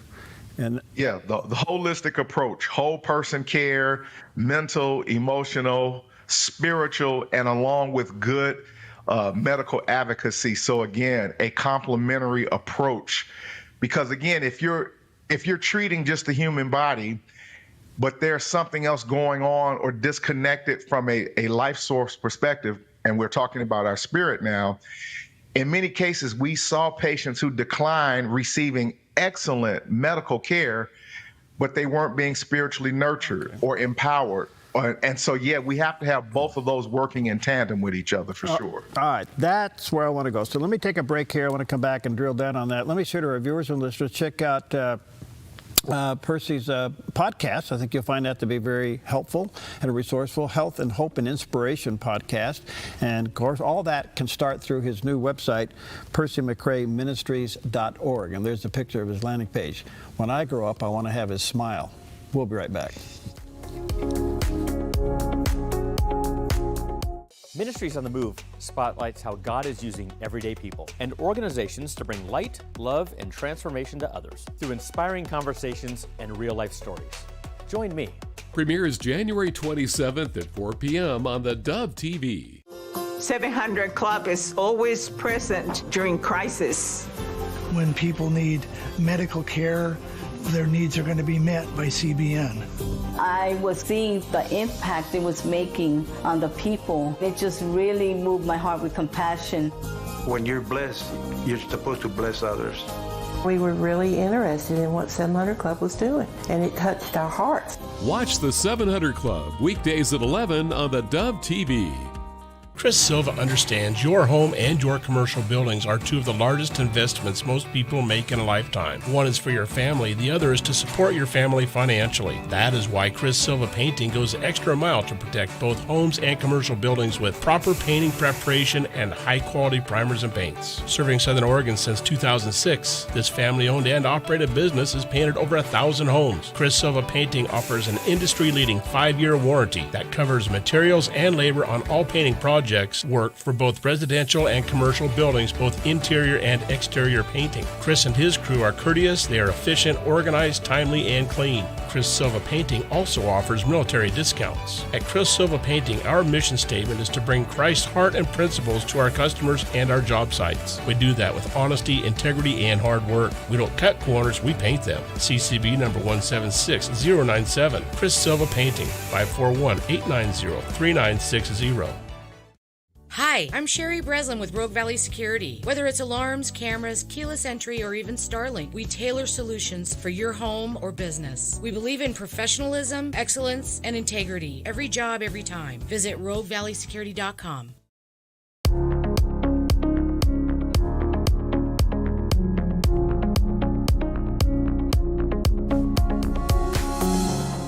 Welcome back, and always an honor and a joy to have with us Reverend Percy McCray. He's quite the guy. He has his own ministry now, PercyMcCrayMinistries.org, which zeroes down on everything that we're talking about, the whole person approach to cancer treatment. That is his website picture there, and he does have a podcast. Check it out, Health, Hope, and Inspiration podcast. Percy, I was trying to think during the break how to ask this question. Do you believe that more and more treatment centers are recognizing the whole person approach to treating cancer? I do. In fact, there's data and research that supports the fact that that trend is in the upward trajectory. So that's good news. That's excellent news. It's just the ability to be able to navigate through the landmine, again, of the political correctness of the public square with regard to how and where do you dig in. And this is where having well-trained individuals who can first and foremost assess, kind of the spiritual state of being of that individual, but also having an organization that understands that if we're going to kind of have this kind of political correct landscape, to make sure that one of the options of that so-called political correctness is still some traditional Christian counseling and support that can be available for those who ascribe to that belief system. We know that there are other belief systems and other esoteric spiritual practices that many people are kind of honing in on, but we want to make sure that we don't lose that element and dynamic so that they are a part of the menu and are at the table when those individuals walk through the front door of those organizations. So I want people to know, listening and watching to us today, wherever you are, and we have a footprint of over 6 million people, so hopefully the right person at the right time is listening. To get a hold of Percy, if you're in the middle of cancer treatment and you're kind of lost in this maze of whatever you're going through, and especially if the treatment center doesn't recognize the whole person approach, get a hold of Percy, PercyMcCrayMinistries.org, and have this conversation with him. But to that point, the treatment centers that don't recognize the whole person approach, and I don't want to be negative, the only reason I'm going down this road is because I've helped some people through this, and that is, it's devastating to think that you're just a number on a chart. And, I spent 30 years in that industry, as you know, retired now 2 years. And it was amazing how many patients I personally met, of spending 18 years at the bedside before I went into the executive level of the organization, who would often say, the last couple of doctors that I went to, or the last hospital that I went to, there was no personal care. No one was invested in who I was as a person, and certainly no one was really invested in who I was from a spiritual care perspective. And it is devastating. But more than that, part of the devastation is not being empowered to work through, in many cases, what can be limitations with medicine and science. And this is where particularly Christian belief systems become so important, because we do still serve a God that, we can believe and expect things to take place when the natural may run out of options, or the ability to expect possibly good things to happen. And of course, we can summarize that feeling in one word called hope. Where there is no hope, the Bible says the hope is the heart is made sick. And so we need to continue to tap into and help people to be able to hold on to the hope of God and the faith of God that potentially may turn their situation around, or while they're working through some of the more negative aspects of treatment and care, which happens to a lot of cancer patients, and they begin to feel hopeless, they begin to experience depression, and may want to just say, I don't want to do this any longer, when potentially there's still yet light at the end of the tunnel. Because we're living in a culture, and you've mentioned it several times here, the political correctness that interrupts some of this stuff. That it's a reality, and it's a frustration, and sometimes it's a big hurdle. And in that, there is no value of life. They just don't value life, and you run into that, and it's a serious obstacle. In one case, I remember working with a family, actually advising them to leave that institution and go somewhere else, because they just weren't getting it. And that brings into question sometimes the motive. And I want to say this, I don't like saying this, but I just want to put it on the table. Sometimes you even have to check the heart of palliative care. What's its motive? Is it really there to help, or is it there to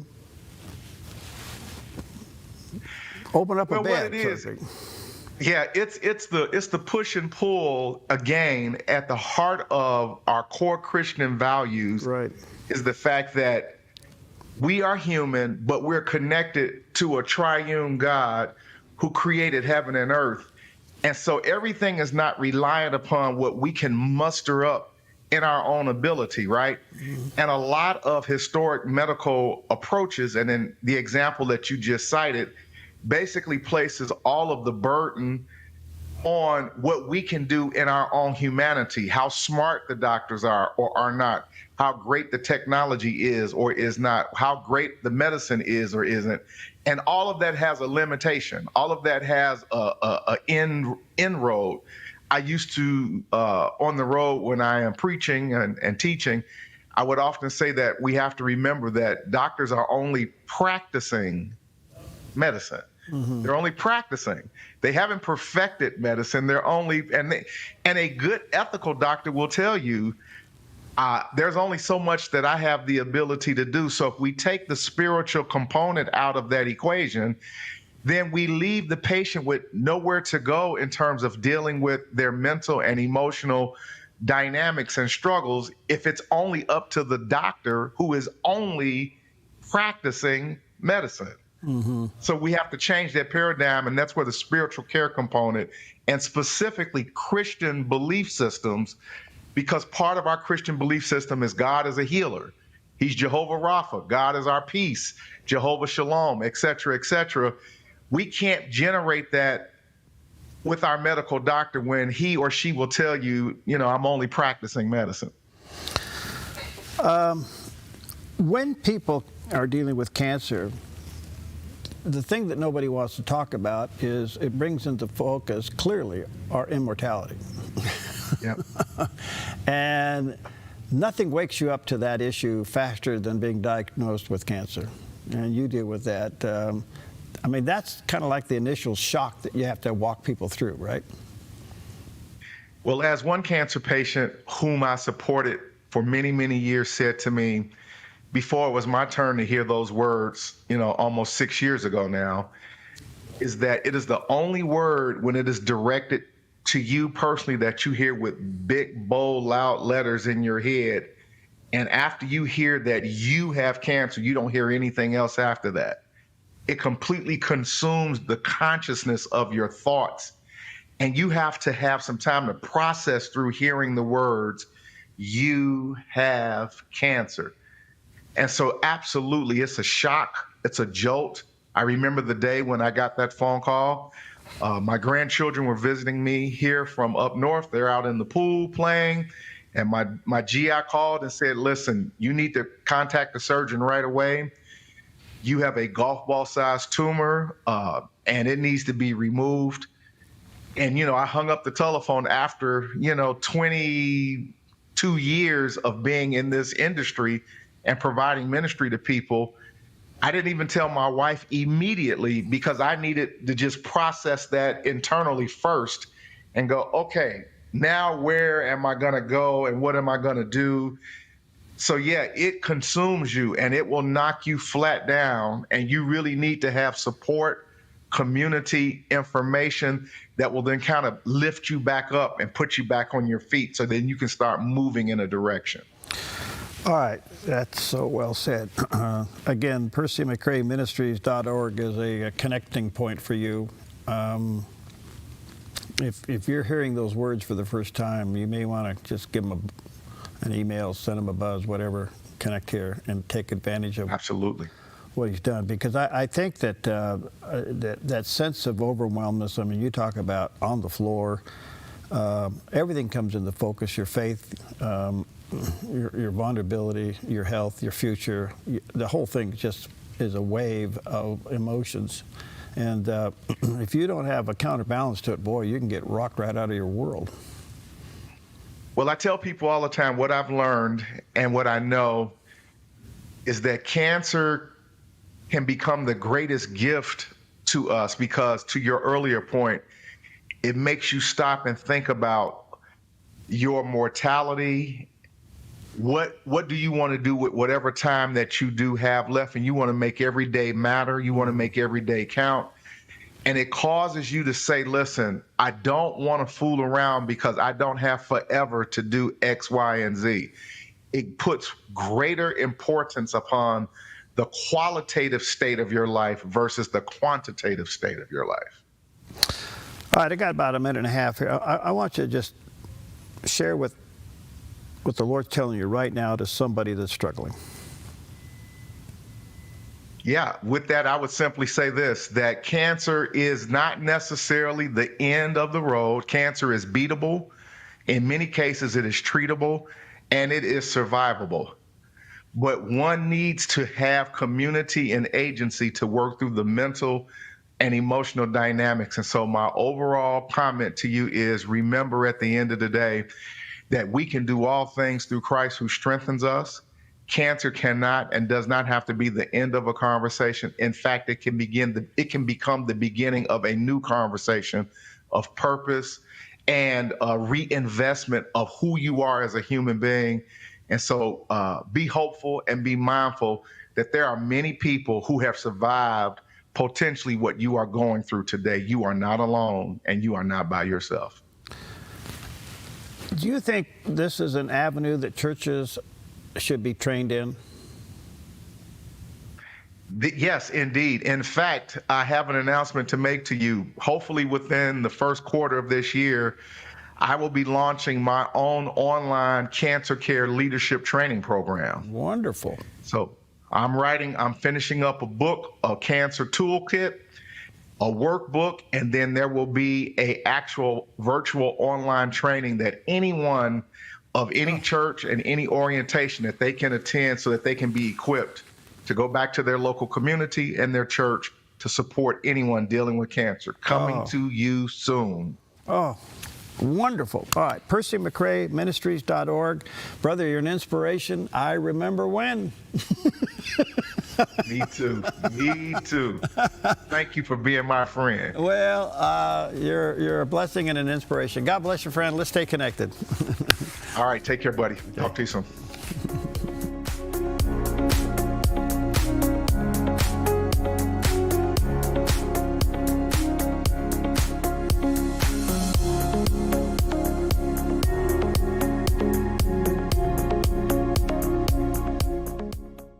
The Dove TV and Radio would like to thank you for your generous year-end support. We were a little bit short of our goal, but still able to renew all our tower contracts for another year. So all along the Dove Network, you can continue to see and hear encouragement and information